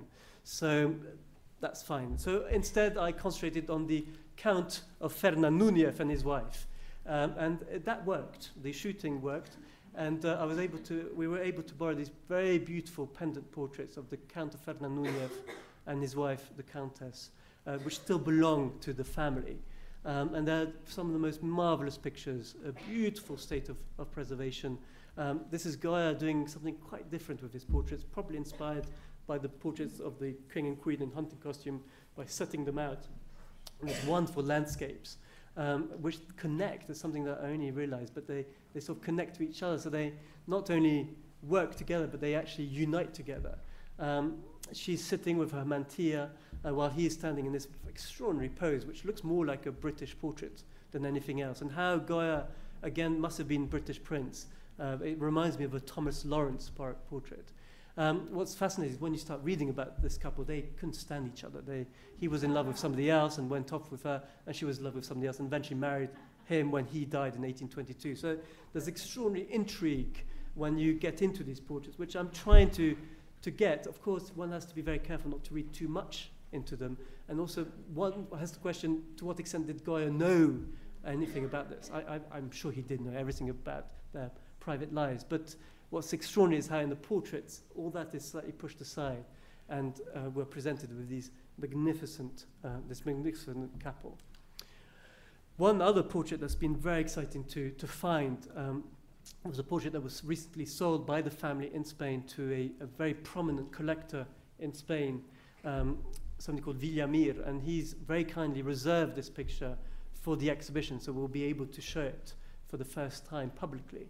And it's of a man we know very little about, Valentin Belvis de Moncada, a military man who probably had just married, and there must have been a pendant portrait to this, but he's dressed in this beautiful silk white suit.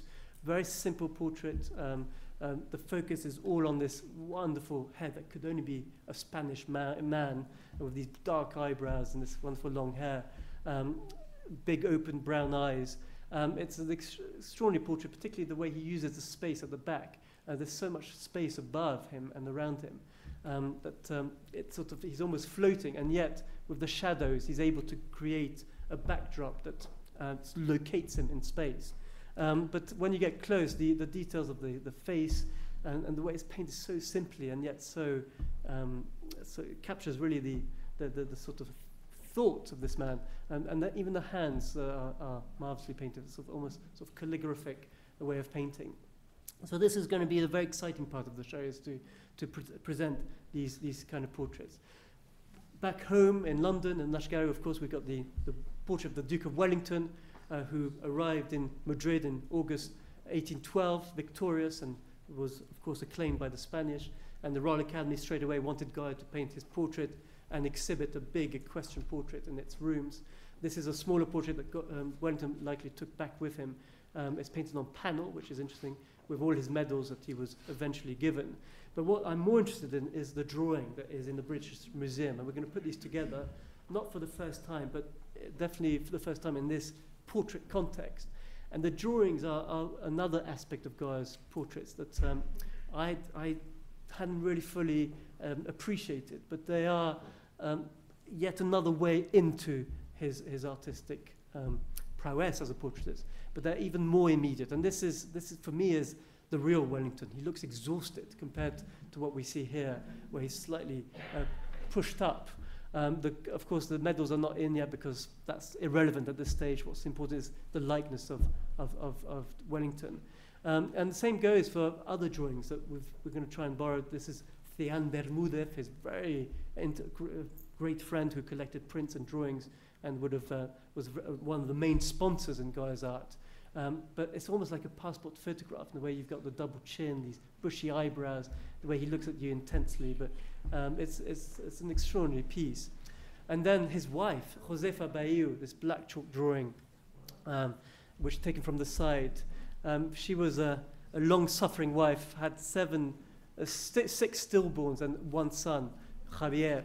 And she said in a letter, well, Goya's remarks on what she said, that the woman's role at home is like a tomb. And you can still feel that she sits there against this sort of kitchen chair. A very, very real aspect of his portraits. Now, because of the sequence, because I'm trying to tell the story of Goya, the portrait painter, right through his career, there are key moments when he goes back to his duties as court painter.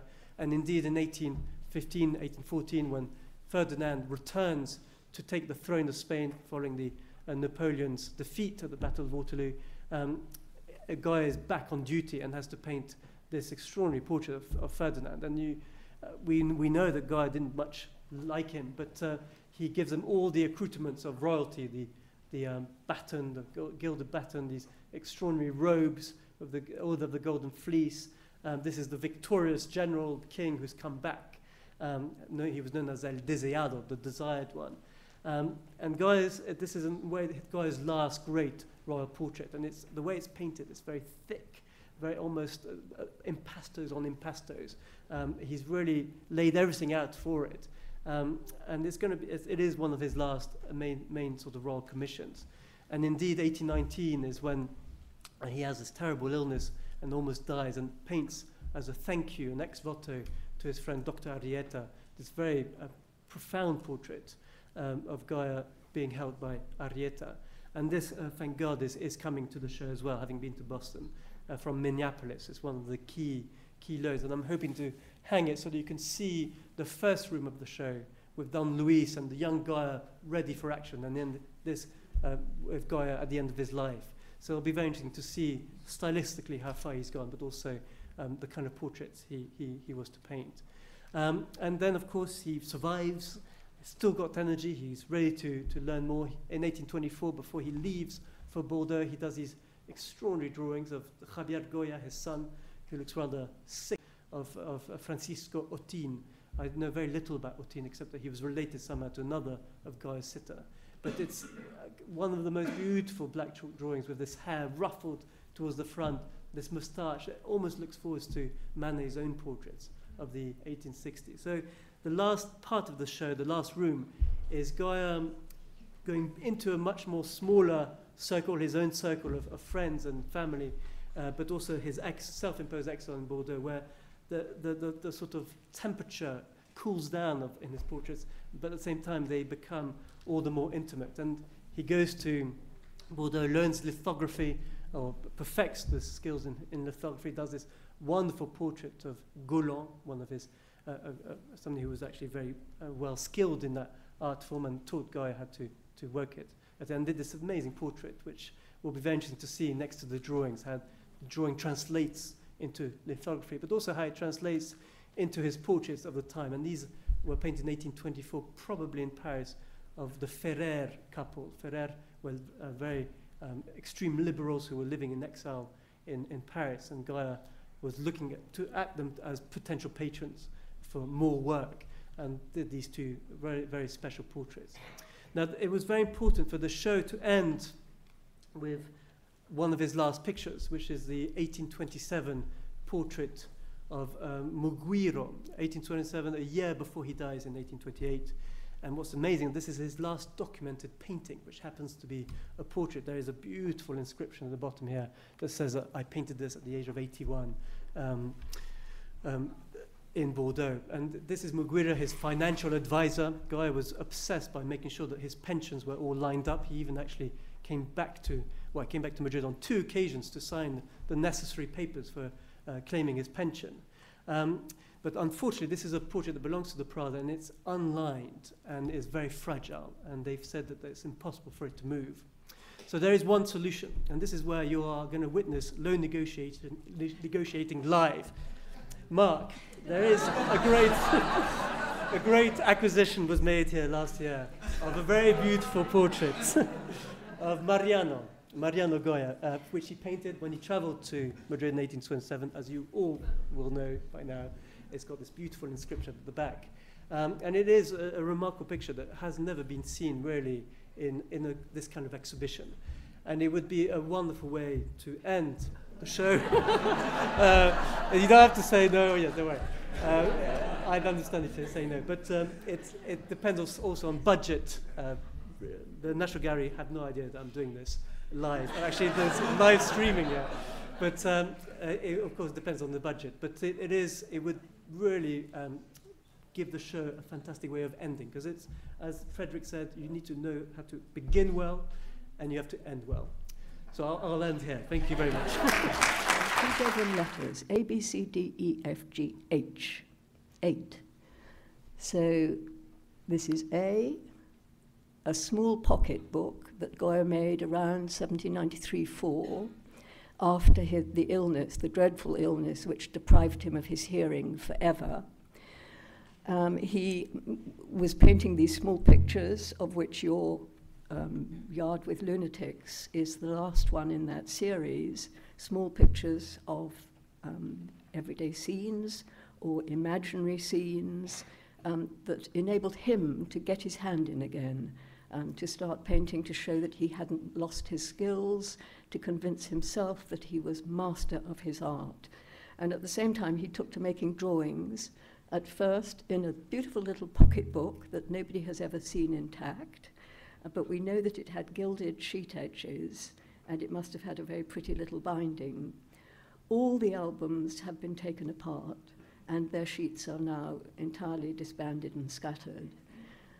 That was the very first one, and it was full of little pictures, really, little pictures of brothel scenes, some of them very erotic and explicit, but on the backs of them, surprise, surprise, appears the Duchess of Alba. And they were obviously not done at the same time in the same place. But we think that Goya, it's the recto pages, it's the facing pages that have the brothel scenes. And on the back of these, when he turned the pages over, probably as a second layer, if you like, of drawings. We don't know exactly how it was put together, but it's very likely that he filled the recto pages first and then started using the backs of the sheets and turning them in the other direction. So they're delightful little glimpses. There were several in the Boston. Boston has a good few of them, but they are very widely scattered. And this one has just been acquired by the Prado and is enchanting. It's a girl, perhaps one of the little girls in the brothels, sweeping up. The next album, which he may have begun almost at the same time, was given the letter B. And this is the album where he moves on from very similar scenes to those in album A, scenes of everyday life. And he gradually, as he goes through the album, begins making them sharper comments on human behavior. And he starts giving them captions, and they start to include caricature subjects, of which the church is one of the principal aims of his shafts of satire. But the subjects are very, very varied. And the sheet that I'm showing you here will be in our exhibition as a context page. And it's another brothel scene, in fact. The old Celestina, the procuress, the board who runs the brothel, with a girl sitting on the chair, and everybody in lamentation, apparently over this little lapdog, where the long caption below tells you that the little dog has not done its duty all day. But the satirical bent of that is that it's actually the girl who hasn't managed to catch and do what she's meant to be doing in that brothel all day, and hence the lamentations all round. That was very much in the vein of kind of 18th century caricature, where at the end of, in the 90s of the 18th century, and it was out of the album drawings in this second bound album, as it was then, that Goya drew many, many subjects which he worked up in some preparatory drawings which he called dreams, with the intention of turning them into a print series. And we were looking yesterday at these etchings which came from the Dream series of drawings. Of course, they're no longer called dreams in the print series, but they are, you can identify them from these preparatory dream drawings, which are all in the Prado, all on a website, excellent website at the Prado. And they enable you to see a kind of sequence where Goya is moving from this album, which gradually, where the satire becomes harsher and sharper as he goes along, and then translates them into preparatory drawings for prints, and then the prints themselves. Then there's a kind of little hiatus, and there are two drawings. This album here, which is also in sequence as album C, so we've got ABC, this probably comes quite a bit later, most of it during the period of the war, and it has at the end of the album this extraordinary, terrifying sequence of Inquisition scenes, of the harshest and most horrible punishments. This girl, this woman, as you see, chained up for being a liberal, which meant not liberal as you mean it really, more as we mean it in the UK, which is simply people who are for enlightenment and education and transparency, and not violent revolution. So she is album C, around 1808 to 14, something like that.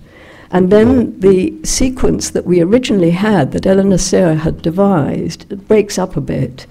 And we put at the moment tentatively in that sequence album F coming after C.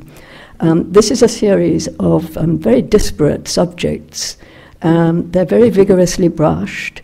They're on sheets of they're in a bound book which had been previously used, and the reason we put these two together is that they are on less beautiful paper, rather ordinary paper, one unbound, sheets that he could renumber and retitle, and the other a bound volume but already used, so sort of second-hand volume.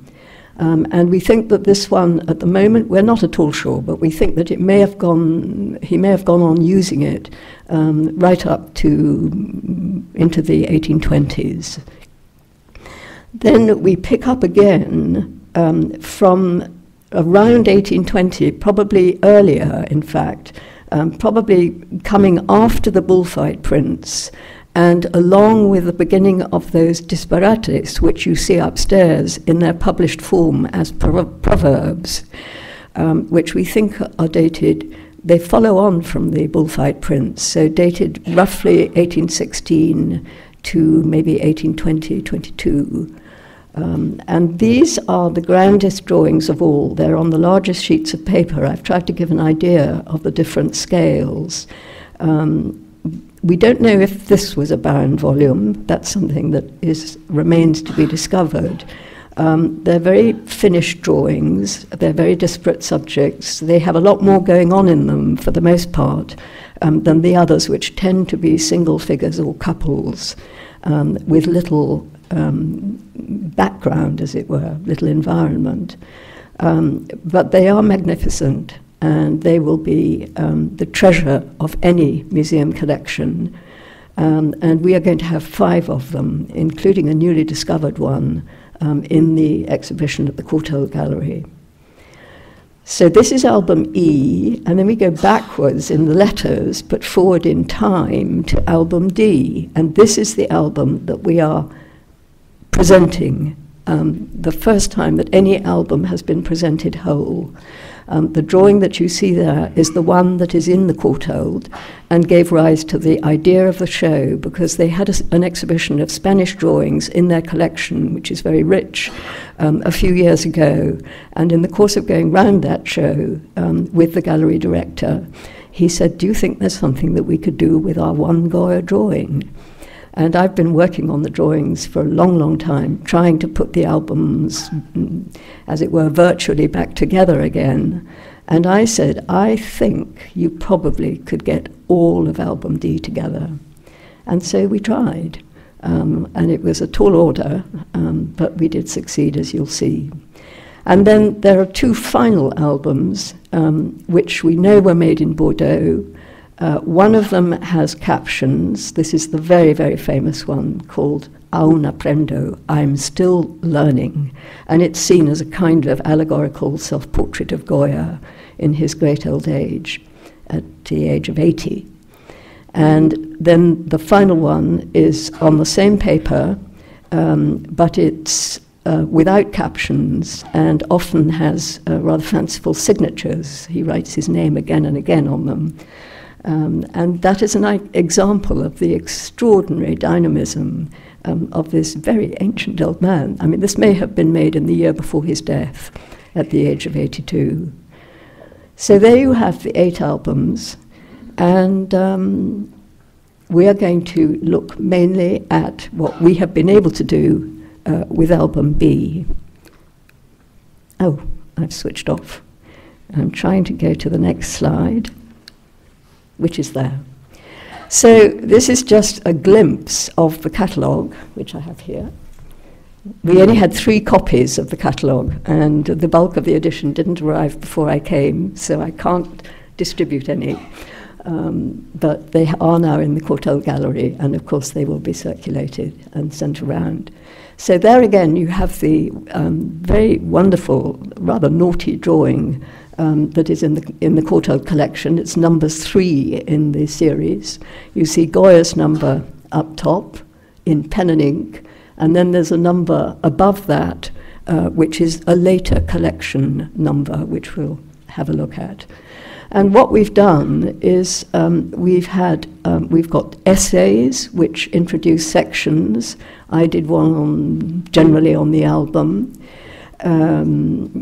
Mark MacDonald wrote about the relationship between the prints and drawings, and here's the famous Dream of Reason, and its preparatory drawing, the Sueño number 1.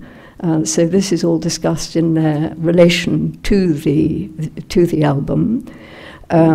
Reva Wolf has done a lovely essay on particularly focusing on subject matter and on the famous Celestina, the board, which she goes into a great detail, and the accounts of Padre Isla, and a whole context, a literary context, which is very, very important for Goya's drawings, because we're gradually discovering sources, meanings in drawings that otherwise seem quite incomprehensible, particularly album B, which has very brief captions. This one is called Singing and Dancing, and this is presumably some kind of a religious figure. The levitating figure above her, up whose skirts she's looking with such interest, has been anointed, probably anointed with some kind of potion, some magical potion to make her levitate in the air. And this album, when we showed pages from it in 2001 at the Hayward Gallery, none of these albums, as I said earlier, had a title. Goya didn't title them at all. He gave captions to the pages in not all but some of them.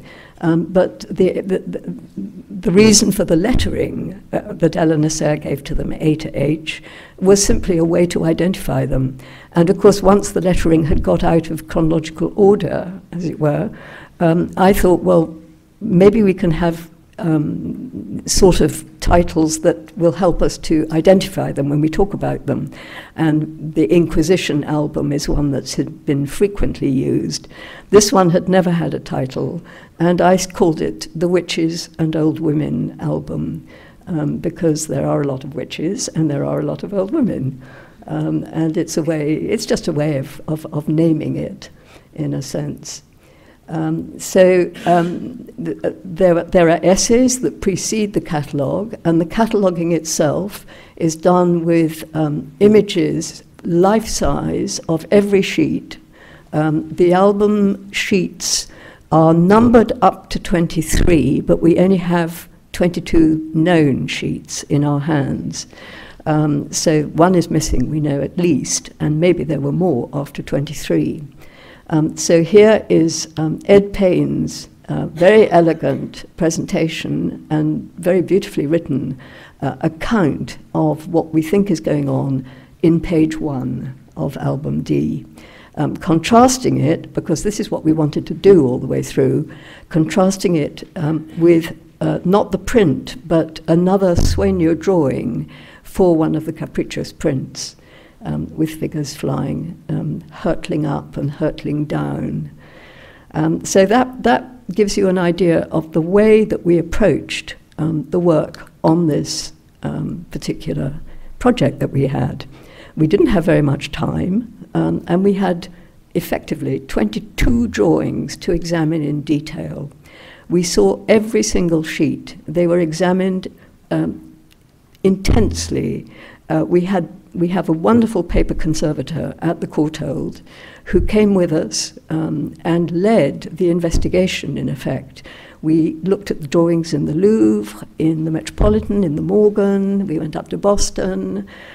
Everybody collaborated in the most astonishing way to allow us to use their equipment. We worked with huge magnification. We worked with transmitted light. We tried as far as possible to see the backs of the drawings. And the work that Kate did with all of us, I mean, we really were a team working together. She has produced a sort of complete catalogue of all 22 sheets, each one with a little thumbnail drawing beside it, which lists the technique, the paper, the watermark, any distinctive characteristics, inscriptions, the scraping techniques that Goya used on many of the sheets. And so we were able to zoom in. For example, this is a sheet that was discovered just before or while I was working on that exhibition in 2001 for the Hayward Gallery. It was completely unknown, and it had turned up in the museum in Marseille in the course of making an inventory of all the collections in the city. And this drawing appeared out of nowhere, nothing to say where it came from or what it was. The person who found it was a drawings curator, and she had a fairly good idea of what it could be. Sent it up, a photograph up to Paris. Paris sent it on to me, and I said, yes, it's album D, page 19, with Mr. Madratho's collection number in the corner.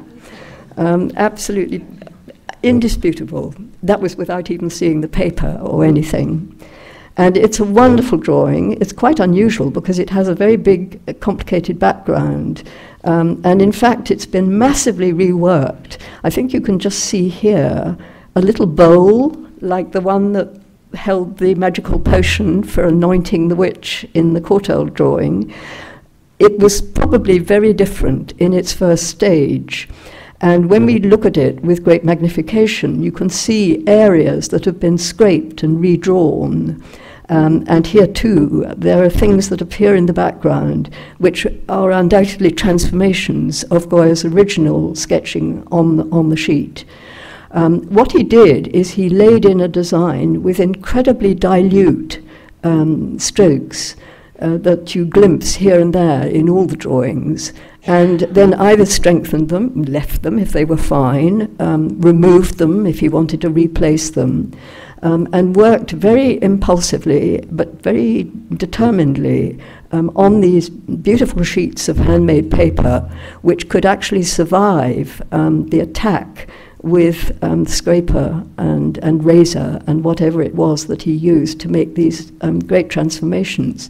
And he would lay down washes, and I think this gives you an extraordinary idea of the precision with which he worked and the freedom. I mean, with just the simplest washes and delicate touches of line, and then overlaying it with these incredibly exciting touches of very black, almost dry paint sometimes. It's all carbon black ink applied with a brush. And he gets incredible sense of vigor and wonderful patternings into these sheets.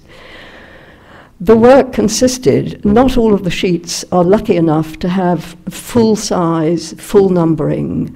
There are several sheets which don't have numbers. They've been erased, or the sheet has been cropped and the numbers have been cut off. I mean, obviously, when an album is disbound and you've only got one sheet or two at the most, numbers are irrelevant. It's very, very lucky that a lot of them have survived, but some people did their best to get rid of them as not very sightly and not very meaningful. So one of the ways with the drawings that had no numbers and had been cropped or scrubbed was Kate was looking for traces on the backs of the sheets. Sometimes you get offsetting, which when Goya closed his album, because this is what proved to us that they were done in a bound volume, he would do a drawing, he would go off for lunch, close it, before the ink had fully dried, and so some of the drawing that he'd been just doing would offset a little bit onto the back of the page in front. And Kate was even tracing things like a rust spot in the paper. This is the back of this drawing in the Metropolitan. And the rust spot, which is here, of course, enlarged, offset onto the front of the page behind it.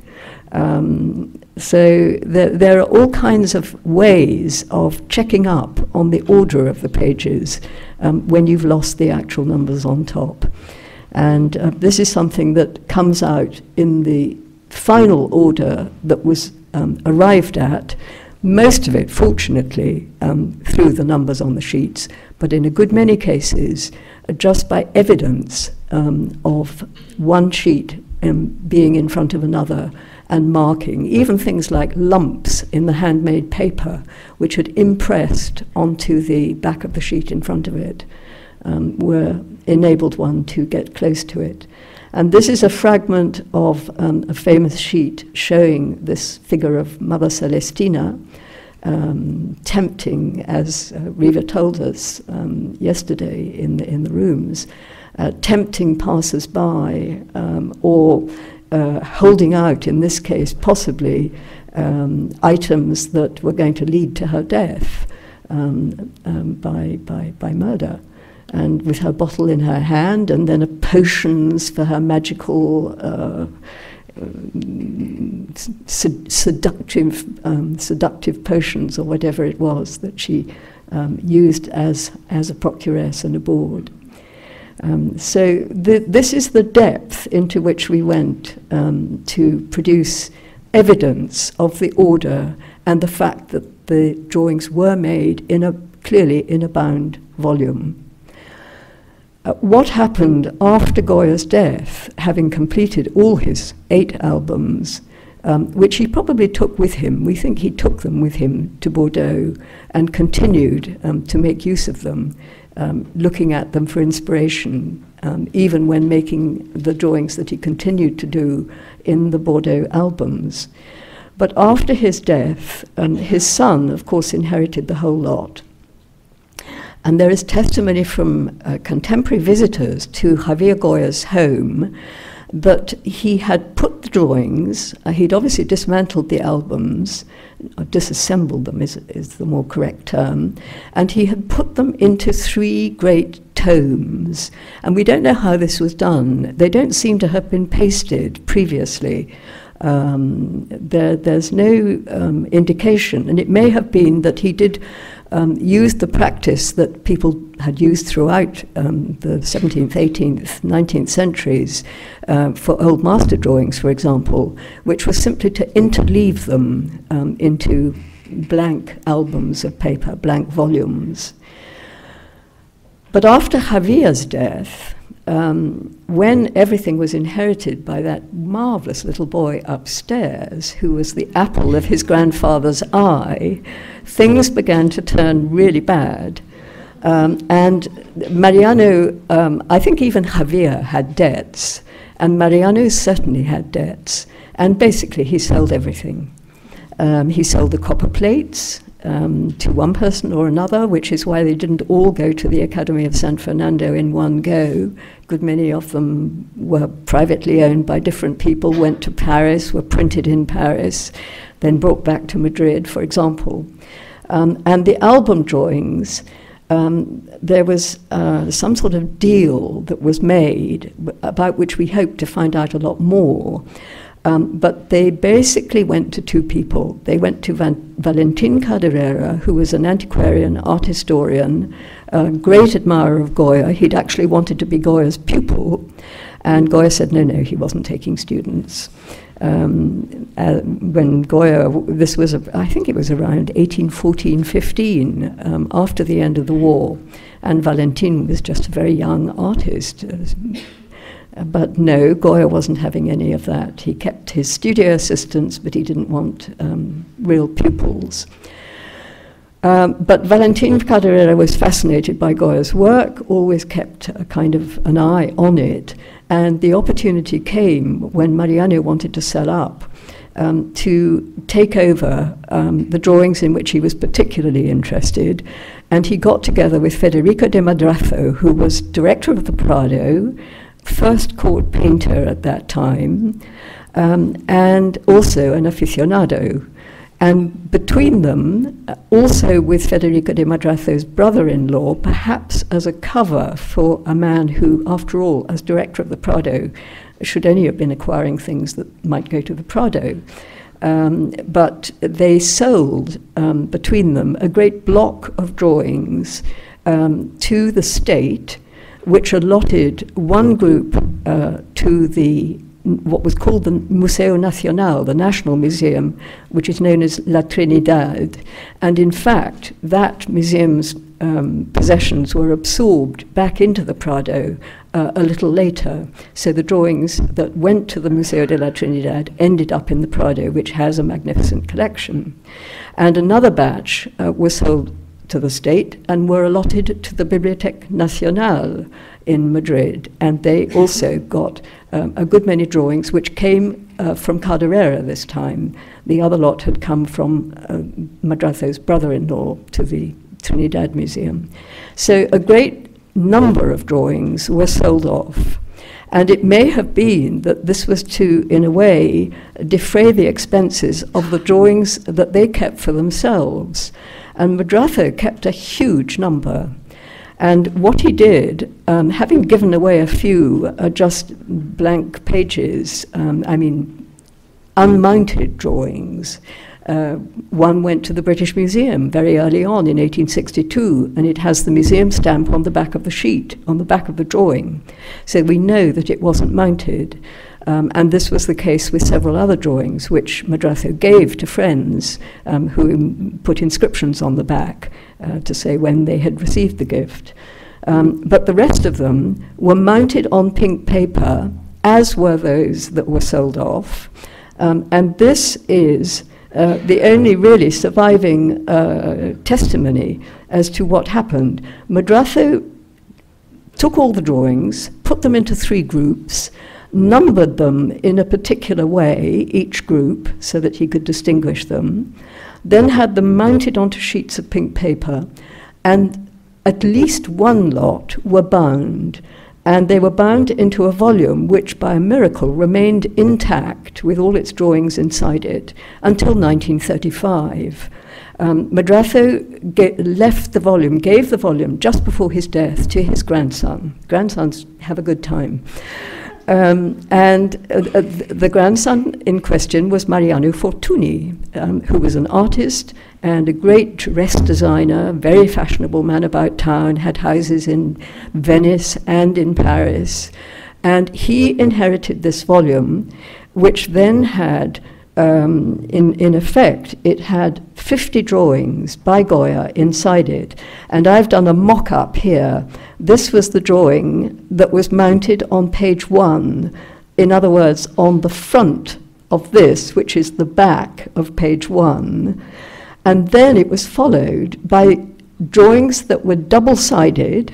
This is one of the sheets, not from this particular volume, as I'll tell you, but this was a double-sided sheet from album B, which was inserted. All the album B sheets were inserted into these windows, which just slightly covered part of the drawing, as you can see here, because this drawing has a remnant of the album page around it, the pink paper page, which, as you can see, even covered part of the inscription and has been torn away to reveal the full inscription here.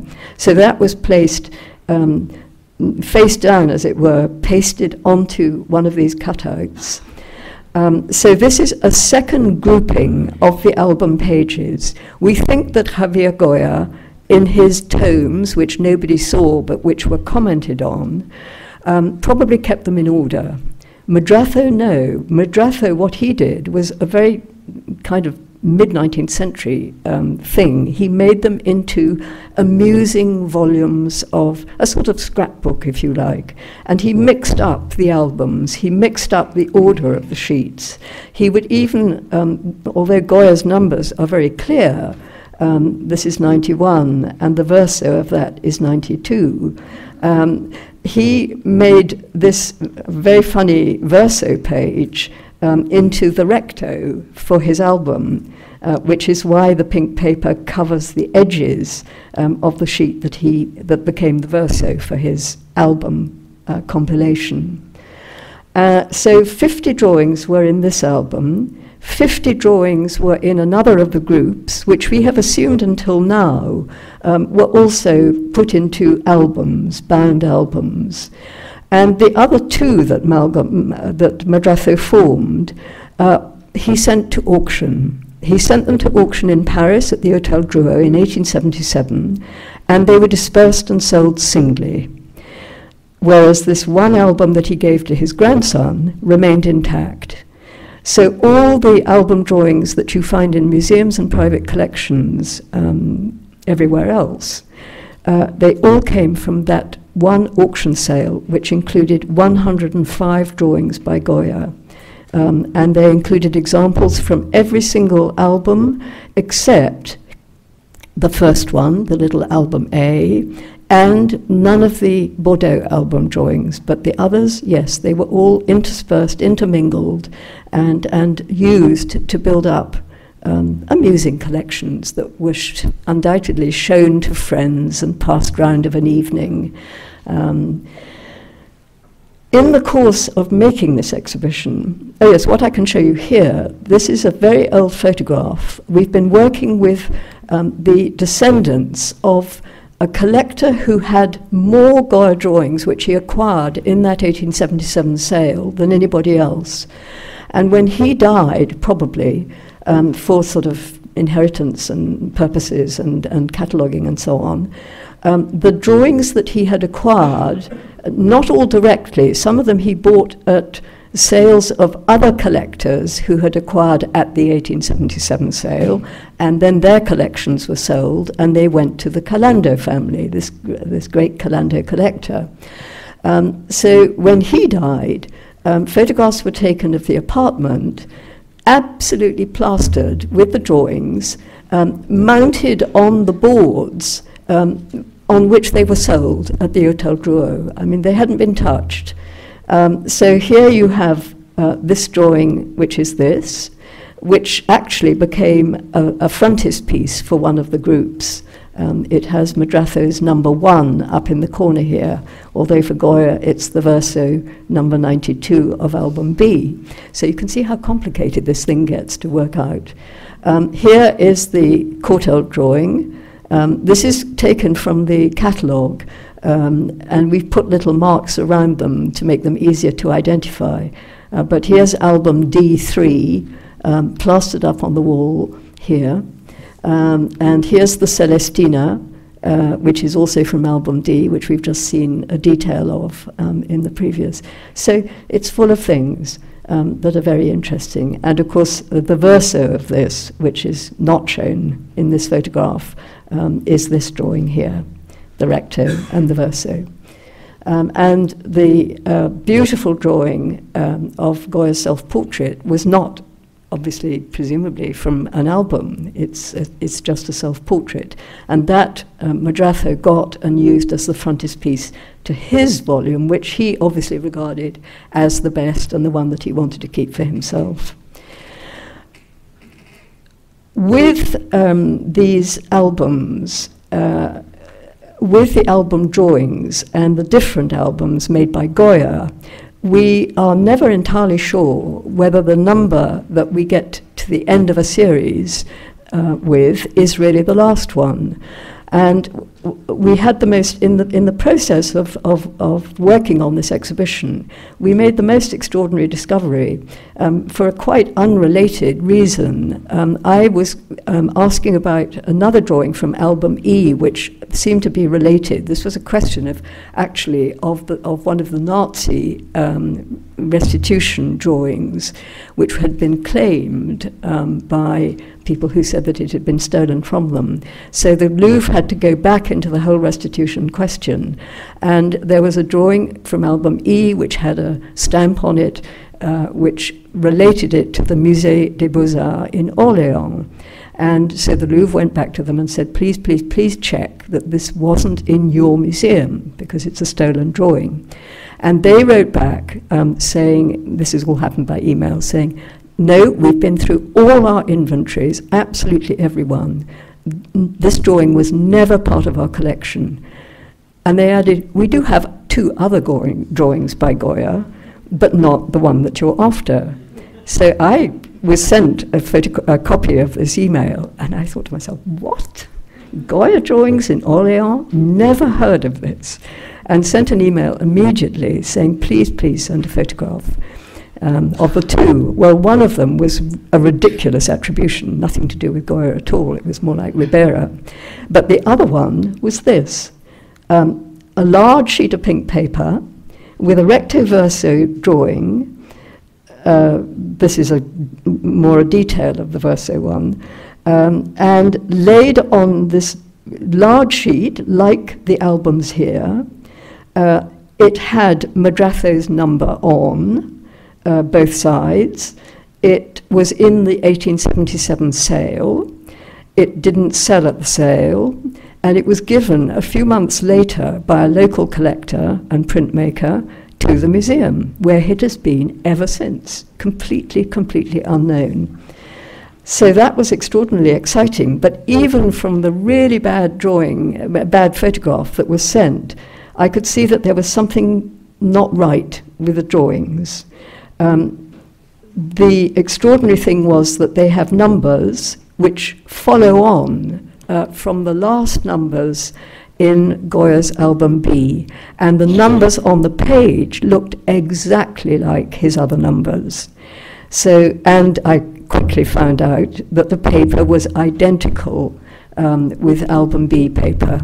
So it looked like a page from album B, which had been numbered by Goya, but not used by him, used by somebody else. As you can see, these drawings at the end of album B, they have lots of captions, up the top, down the bottom. They're satirical, they're caricatures. These have no captions whatsoever, and when you look closely, and I'm not going to show you a close-up of this, but I think you can get a sense of it from here, they're not very good. They're floppy. They're simple drawings, and they look back, in fact, to the earlier drawings in album B before Goya started making the caricature series. So the notion came up, who could have done them? Undoubtedly somebody in Goya's studio, and we know he had assistants. We know he had particular assistants whom he helped, trained, who were working alongside him. And one assumes that these, therefore, could be drawings that were made for that purpose, to help a young assistant master the art of drawing, as he would have helped him to master the art of painting. And the interesting thing for us, which we'd had at the back of our minds all the way through this examination of album D, was that album D is also on the identical paper to album B. And because we were able to prove that album D was also a bound volume, the thought came that they may very well have been one single volume, and that Goya used blank pages that he'd given up making further drawings in for himself, and let a student use them, and that there were further blank pages which he took up later on, good many years later on, and produced album D. And what is so interesting is that many of the drawings in the album B series include witchcraft scenes, and this is the subject that he then takes up when he moves on to create his album B, which he must have done, we think, around 1819. The drawings in album D, the Witches and Old Women drawing, are actually very close to his first attempts in lithography. And that's one of the rare secure dates that we have. We know that a lithographic printing shop was set up in Madrid only in 1819. Spain, as usual, was rather behind the rest of Europe, which had been using lithography from the end of the 18th century. But in 1819, it was brought back to Spain by somebody who'd been sent off to Paris to learn the trade and the tricks of the trade of lithography. He wasn't very skilled. He didn't do very good lithographs himself. But Goya rushed in the moment the shop was set up and tried his hand at it. And I'm not going to show them to you here, but we're having in the exhibition a selection of these very, very rare, very early lithographs, some of them in unique impressions, which seem to very, very much go together with these witches and old women drawings, which most of them, unlike this one here, which starts the album, most of them are single figures on a very plain white background. And so here you have the results, in a sense, of the huge amount of research that went into this project, with the first drawing, which miraculously reappeared. It was completely unknown until a few years ago, and it reappeared, believe it or not, on the original sheet on which it was sold in 1877. Those are the sheets that you see on the wall in the apartment of Mr. Calando. So it was a sort of extraordinary coming together, if you like, of the whole of the provenance of these dispersed and scattered drawings. And here was one which had escaped everybody's attention. It was in the 1877 sale, and it had just completely gone off the map and reappeared. So there you have the catalogue, the work that went into it, and I hope you'll all come and see it. Our last speaker this morning is Dr. Janice Tomlinson. She's the Director of University Museums at the University of Delaware, a position she has held since 2003. She has published prolifically on Goya, including such seminal books as Graphic Evolutions, the print series of Francisco Goya, and Goya in the Twilight of the Enlightenment. She has participated also in numerous exhibitions on Goya, including the recent exhibition on the disasters of war held at Pomona College Museum of Art and the University Museums at the University of Delaware. Today, she will speak to us about Goya in Perspective, exhibitions 1974 to 2008.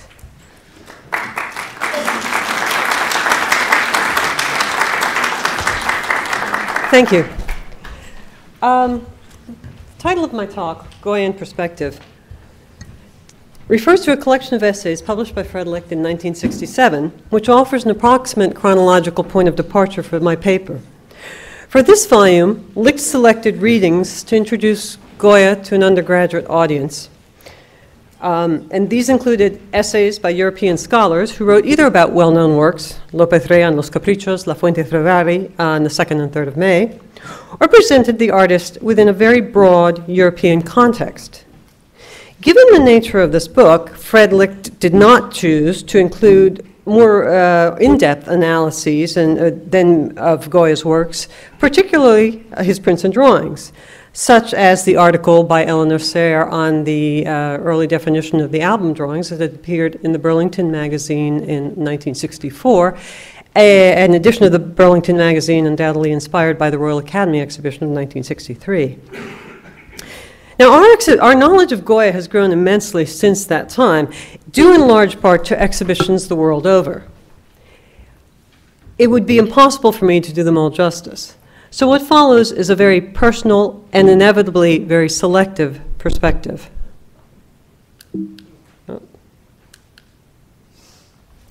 The exhibitions that I found most exciting over the years are those that truly embrace and explore the artist's complexity.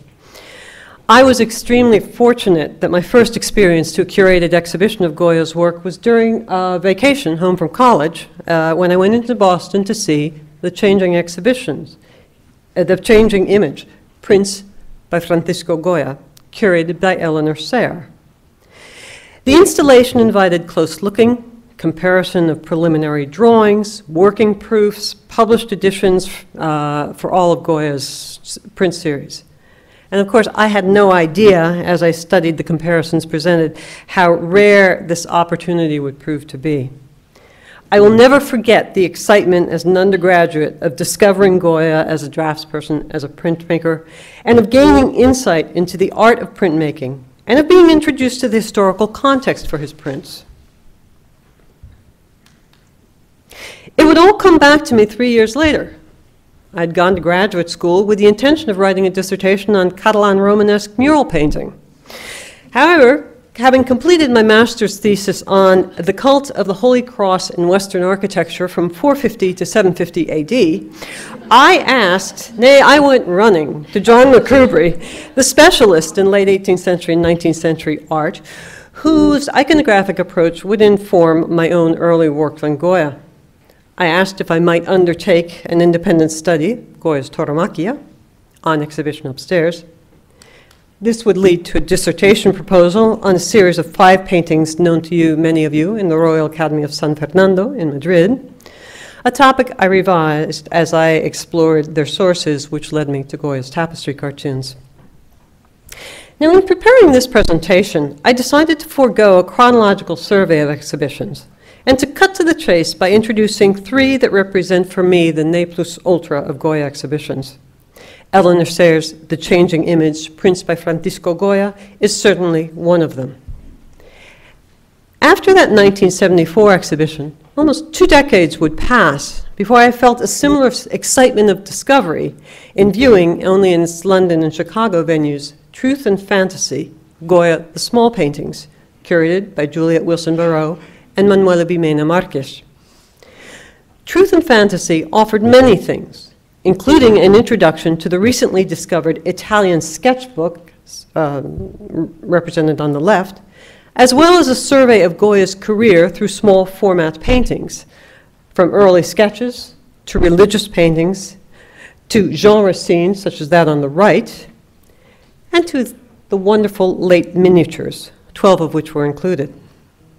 The masterfully honed selection left no doubt about attributions, and this, as we'll see, was a timely response to exhibitions of the previous decade that had included works of dubious origin. Equally important, the works in Truth and Fantasy illustrated how inventive and resourceful, how daring, technically superb a painter was, a Goya was. The catalog remains seminal in the Goya literature. Now, my Goya frisson would not return until I saw the 2008 exhibition at the Museo del Prado, Goya en tiempos de guerra, Goya during the times of war, which marks the chronological limit of my paper. Disclosure, I contributed an essay on Goya and Géricault to that catalog. Of course, the Prado is unique in its ability to do a great Goya exhibition by drawing from its own collection, including works such as the recently conserved 2nd and 3rd of May, 1808, the 2nd of May now on the screen, for which a revised history was put forth in the exhibition catalog. We now know that it was an official commission and once hung in the Royal Palace. The exhibition extended, however, far beyond the 1808 to 1814 dates we usually identify as the war years, opening with small paintings assigned in the Truth and Fantasy exhibition to 1793-94 and ending in 1820. It reminded us that repercussions of the Napoleonic devastation of Spain, like the impact of any war, resonated far beyond the date when peace treaties were signed. We may well ask if Goya would have imagined the emblems of a world of nonsense that he called the disparates, had he not witnessed the violence of the war, the destruction, as well as the dissolution of the old regime that for 5 decades had been his world. That exhibition, in presenting the full range of Goya's works, undid also all romantic myths of Goya during the war, the aging, isolated artists working tirelessly on the print series of the disasters. It showed an artist who, when commissions faltered, honed his skills in a series of very intimate and beautiful still lives, one of which is on view upstairs. And also, the same artist who found respite from the violence of the era in portraits of his ever-dapper grandson, Mariano, also on view 15 years later, upstairs, and of the Marquesa de Montehermoso, daughter of Spanish supporters of Joseph Bonaparte, on the right. Exhibited alongside the disasters of war were these pendants, whose subject is identified in an inscription as the production of gunpowder in the Sierra de Tardienta. Compared with Goya's earlier small genre paintings, these canvases show a new specificity of narrative and gesture that I think might be attributed to the lessons he learned as he developed the disasters of war. The exhibition catalog, unfortunately not published in English, remains seminal. Now, what do the exhibitions on my admittedly very opinionated and very short list have in common? Well, long after they've closed, they remain relevant. Their catalogs reflect the curator's expertise, many years of thoughtful looking and original research. But equally important was that Goya's work defined the exhibition and not the other way around. The curators recognized a need to study and present a particular body of work, and that study was an end in itself. There was no defined theme to be served by a specific selection of works, an approach that, as a friend of mine commented in a recent conversation, always runs the risk of turning exhibited masterpieces into illustrations. In these exhibitions, the works were the story. Now, I'd like to return to the chronological point of departure for my exhibition in the 1960s. By the 1974 date of the Changing Image exhibition, as we've seen, the Goya stage was set. Thomas Harris's catalog of engravings and lithographs had appeared in 1963. The Harris collection would enter the British Museum in 1979, and Juliette Wilson-Barrot would have an introductory publication to it in 1981.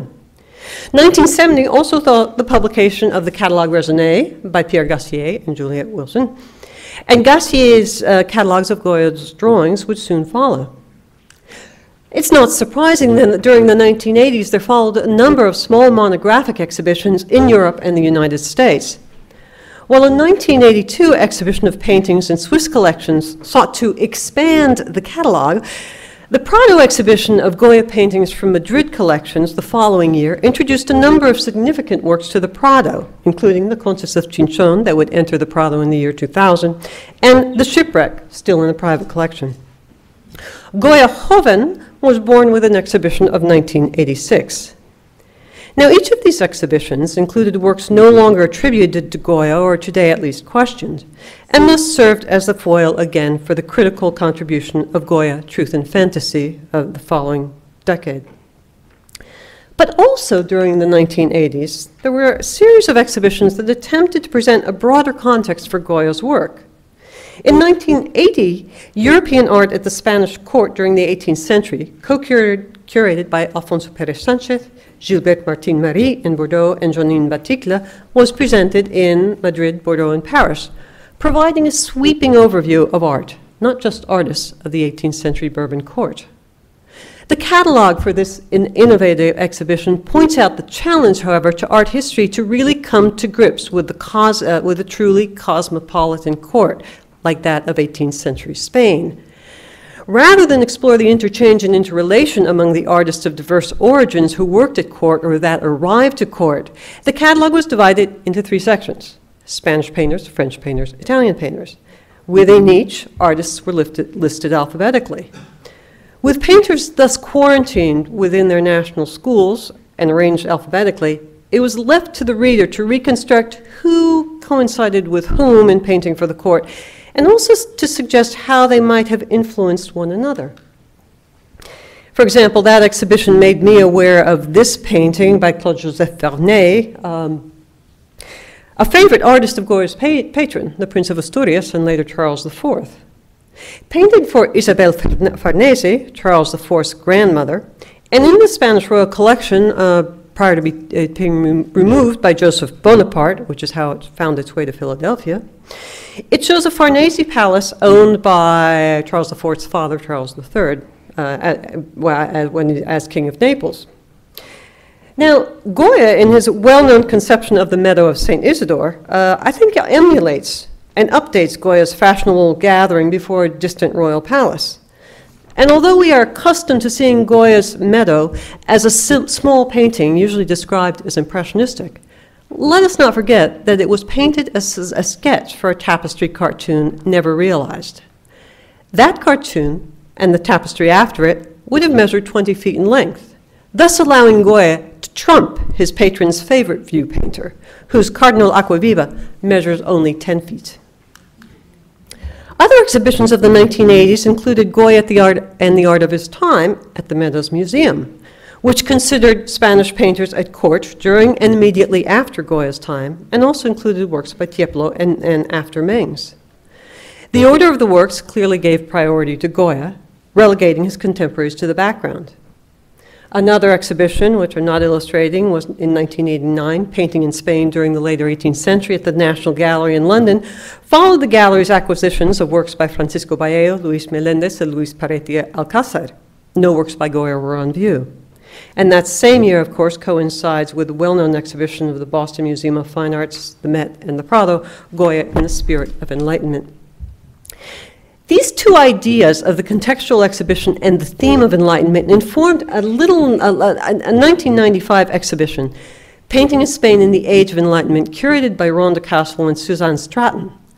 Although originally planned for two venues, the Indianapolis Museum of Art and the Spanish Institute in New York City, the exhibition was in the end seen only in Indianapolis, which was a great shame.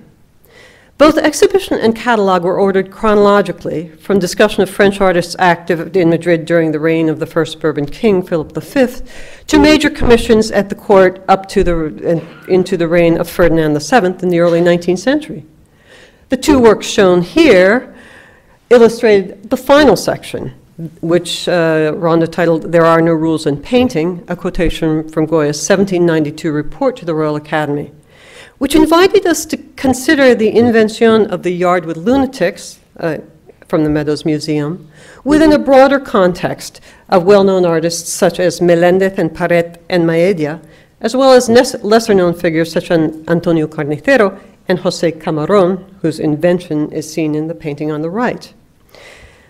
I imagine that this exhibition might have had wider resonance had it traveled to New York, and might have inspired others to continue or at least acknowledge its line of inquiry.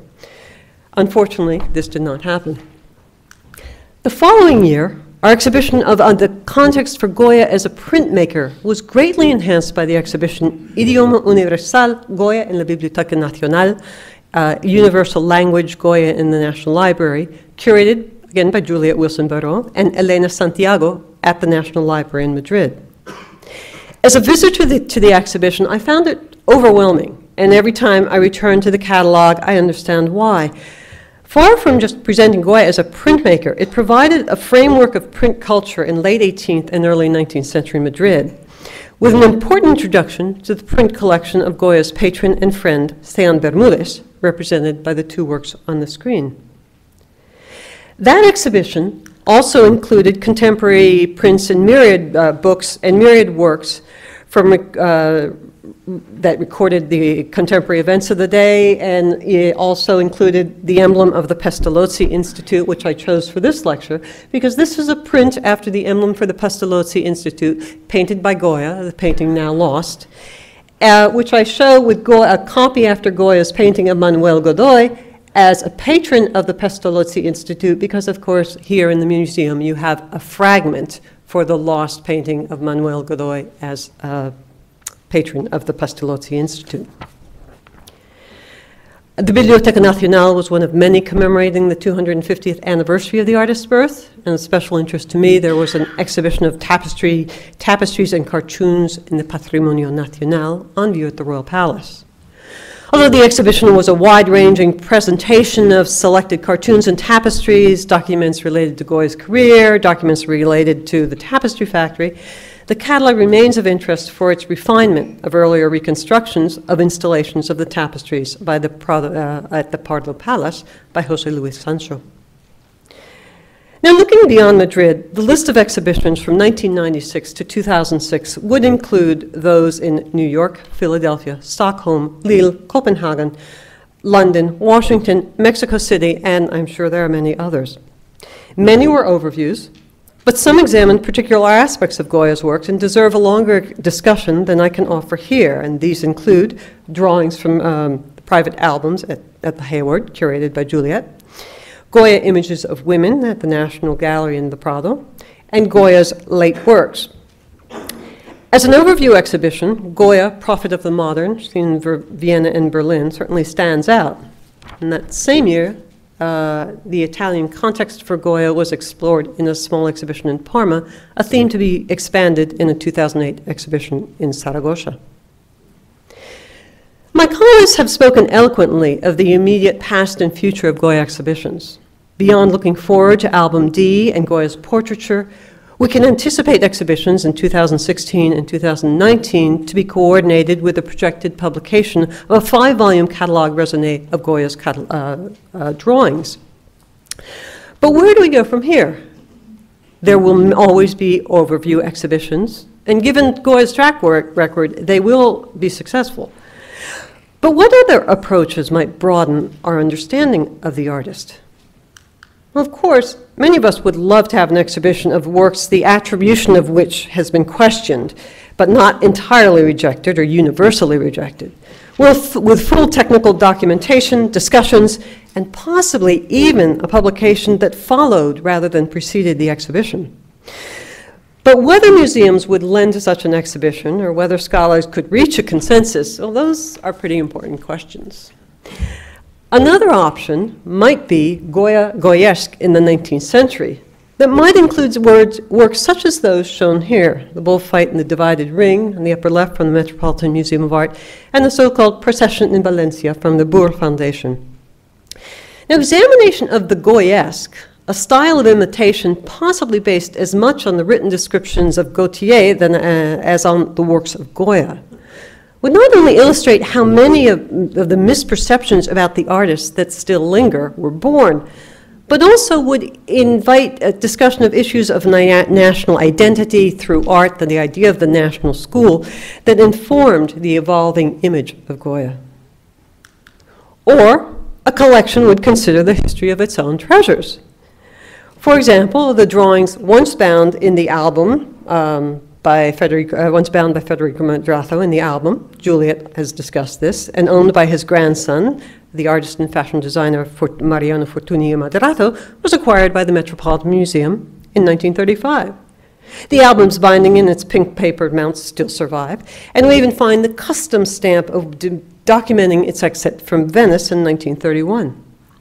Its drawings were hand-selected by Madrazo for a reason, and when seen as a collection, give life to a chapter in the history and dispersal of Goya's drawings.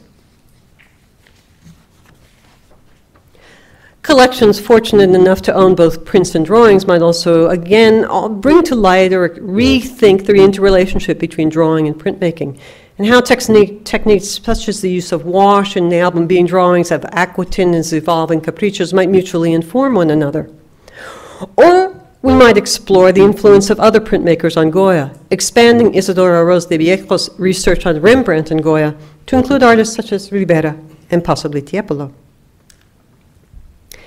Sometimes I wonder if the recent monographic approach has engendered a certain myopic view. And what made me ask this is when I was giving a talk recently in Boston, and a curator from the museum, not one of the exhibition curators, asked me, "But did Goya ever look at the old masters?" Now, I'm sure this was just a momentary lapse, which I can appreciate because I have many of them. But the curator just overlooked the fact that Goya came to maturity as an artist surrounded by the masterworks of the Spanish royal collection, created etchings after Velázquez, inventoried the collections of paintings following the death of Charles III, and even consulted on their restoration. Do our exhibitions perpetuate the romantic myth of the lone genius emerging from darkness? Is this a myth? Is it truth or fantasy? Is it what we want? Is it time to return to presenting Goya in context, as in the 2013 Prado exhibition of Roma en el Bolsillo, in which Goya's Italian sketchbook was seen in the context of other artists of the period, from José del Castillo to Joshua Reynolds? Presently, the Goya exhibition, Goya in Madrid, at the Museo del Prado, offers an alternative by exploring subjects of Goya's tapestry cartoons in conjunction with works illustrating their long thematic pedigree. What other contexts might be considered?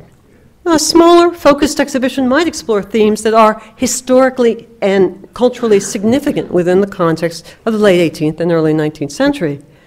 Contemporary concerns with treatment of the insane and their prison reform throughout Europe provide a framework for discriminating among representations of madness and repression. We could expand beyond the well-known comparison of Hogarth's Scene of Bedlam to the drawings that George Romney made, inspired by the scenes of human wretchedness described by the prison reformer John Howard around 1790. We might continue to the representations of madness that are chronologically coincide of Goya, Géricault and Goya in the 1810s and early 20s. Contexts might also be more broadly historical, such as the art of the post-Napoleonic age. What did Napoleon do to the art that followed? Now, interestingly, as I was writing this, I received notification of Tom Crow's upcoming Mellon lectures looking at art in France from 1814 to 1820, with one lecture even mentioning the late Goya in its title. And those lectures, by the way, will be live streamed for the first time this year. But I've also wondered if we might explore the artistic aftermath of the French Revolution and Napoleon more broadly by bringing together such artists as Géricault on the left, Goya on the right, maybe even look at Turner, and possibly Caspar David Friedrich. Now, the discovery of Goya by artists throughout Europe and America provides another wide field for exploration. From Delacroix to Redon, whose Homage to Goya frontispiece to a series of prints by him is seen on the left, to Kokoschka, to Robert Colescott, to Leon Golub, to Shonibari, have taken thoughtful inspiration from him and kept him perpetually present.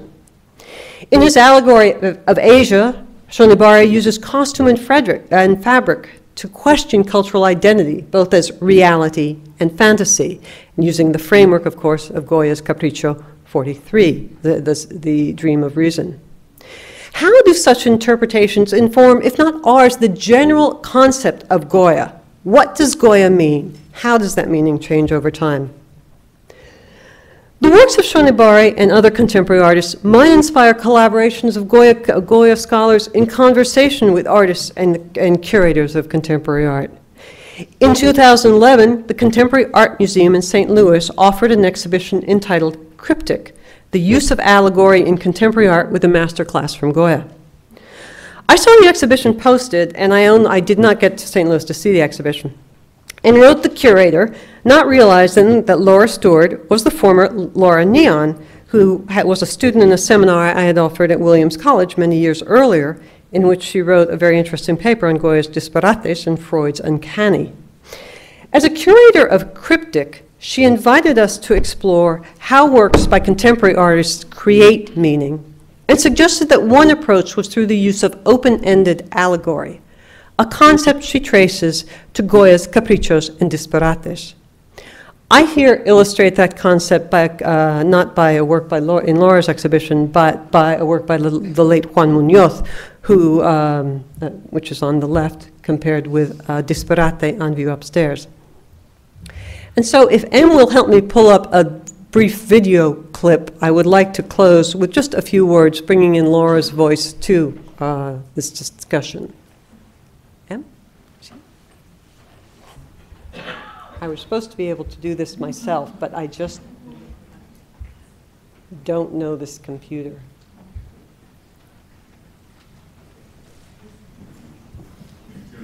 Sorry, you can just bring up that video, that'd be great. The Google Chrome, and I'll repeat it. Perfect. Spain, to try and figure out what they were called. The prints were sometimes called the proverbs. That's not what Goya called them, but they're referred to as the proverbs because the assumption was that they must be illustrating proverbs that everybody knew. But this is where Goya is an innovator and so masterful. That's not what he was doing. It had nothing to do with proverbs or stories or histories. They were not illustrating, and that's really one of the first times in the history of art that a visual artist is not simply illustrating a text. So you can, we can talk about points between that moment going forward in which art more and more sort of throws off the shackles of storytelling and illustrating and representing. I mean, we call it representation for a reason. It's meant to represent.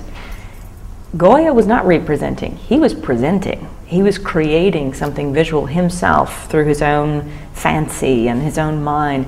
Nowadays, we take that for granted, that a contemporary artist, I mean, there are some certainly who illustrate stories that we know, Greek myth or Bible stories or historical events, but by and large, an artist's job is to come up within a visual language, not a written language, with an image that is whole cloth, has its own internal logic and reason for being, and it doesn't come first from a story. So these works, like the Goyas, the contemporary works in the So that is a YouTube clip, Laura Stewart, Cryptic, if you want to see more about that exhibition. And I end there, and I thank you all very much for your patience. Thank you.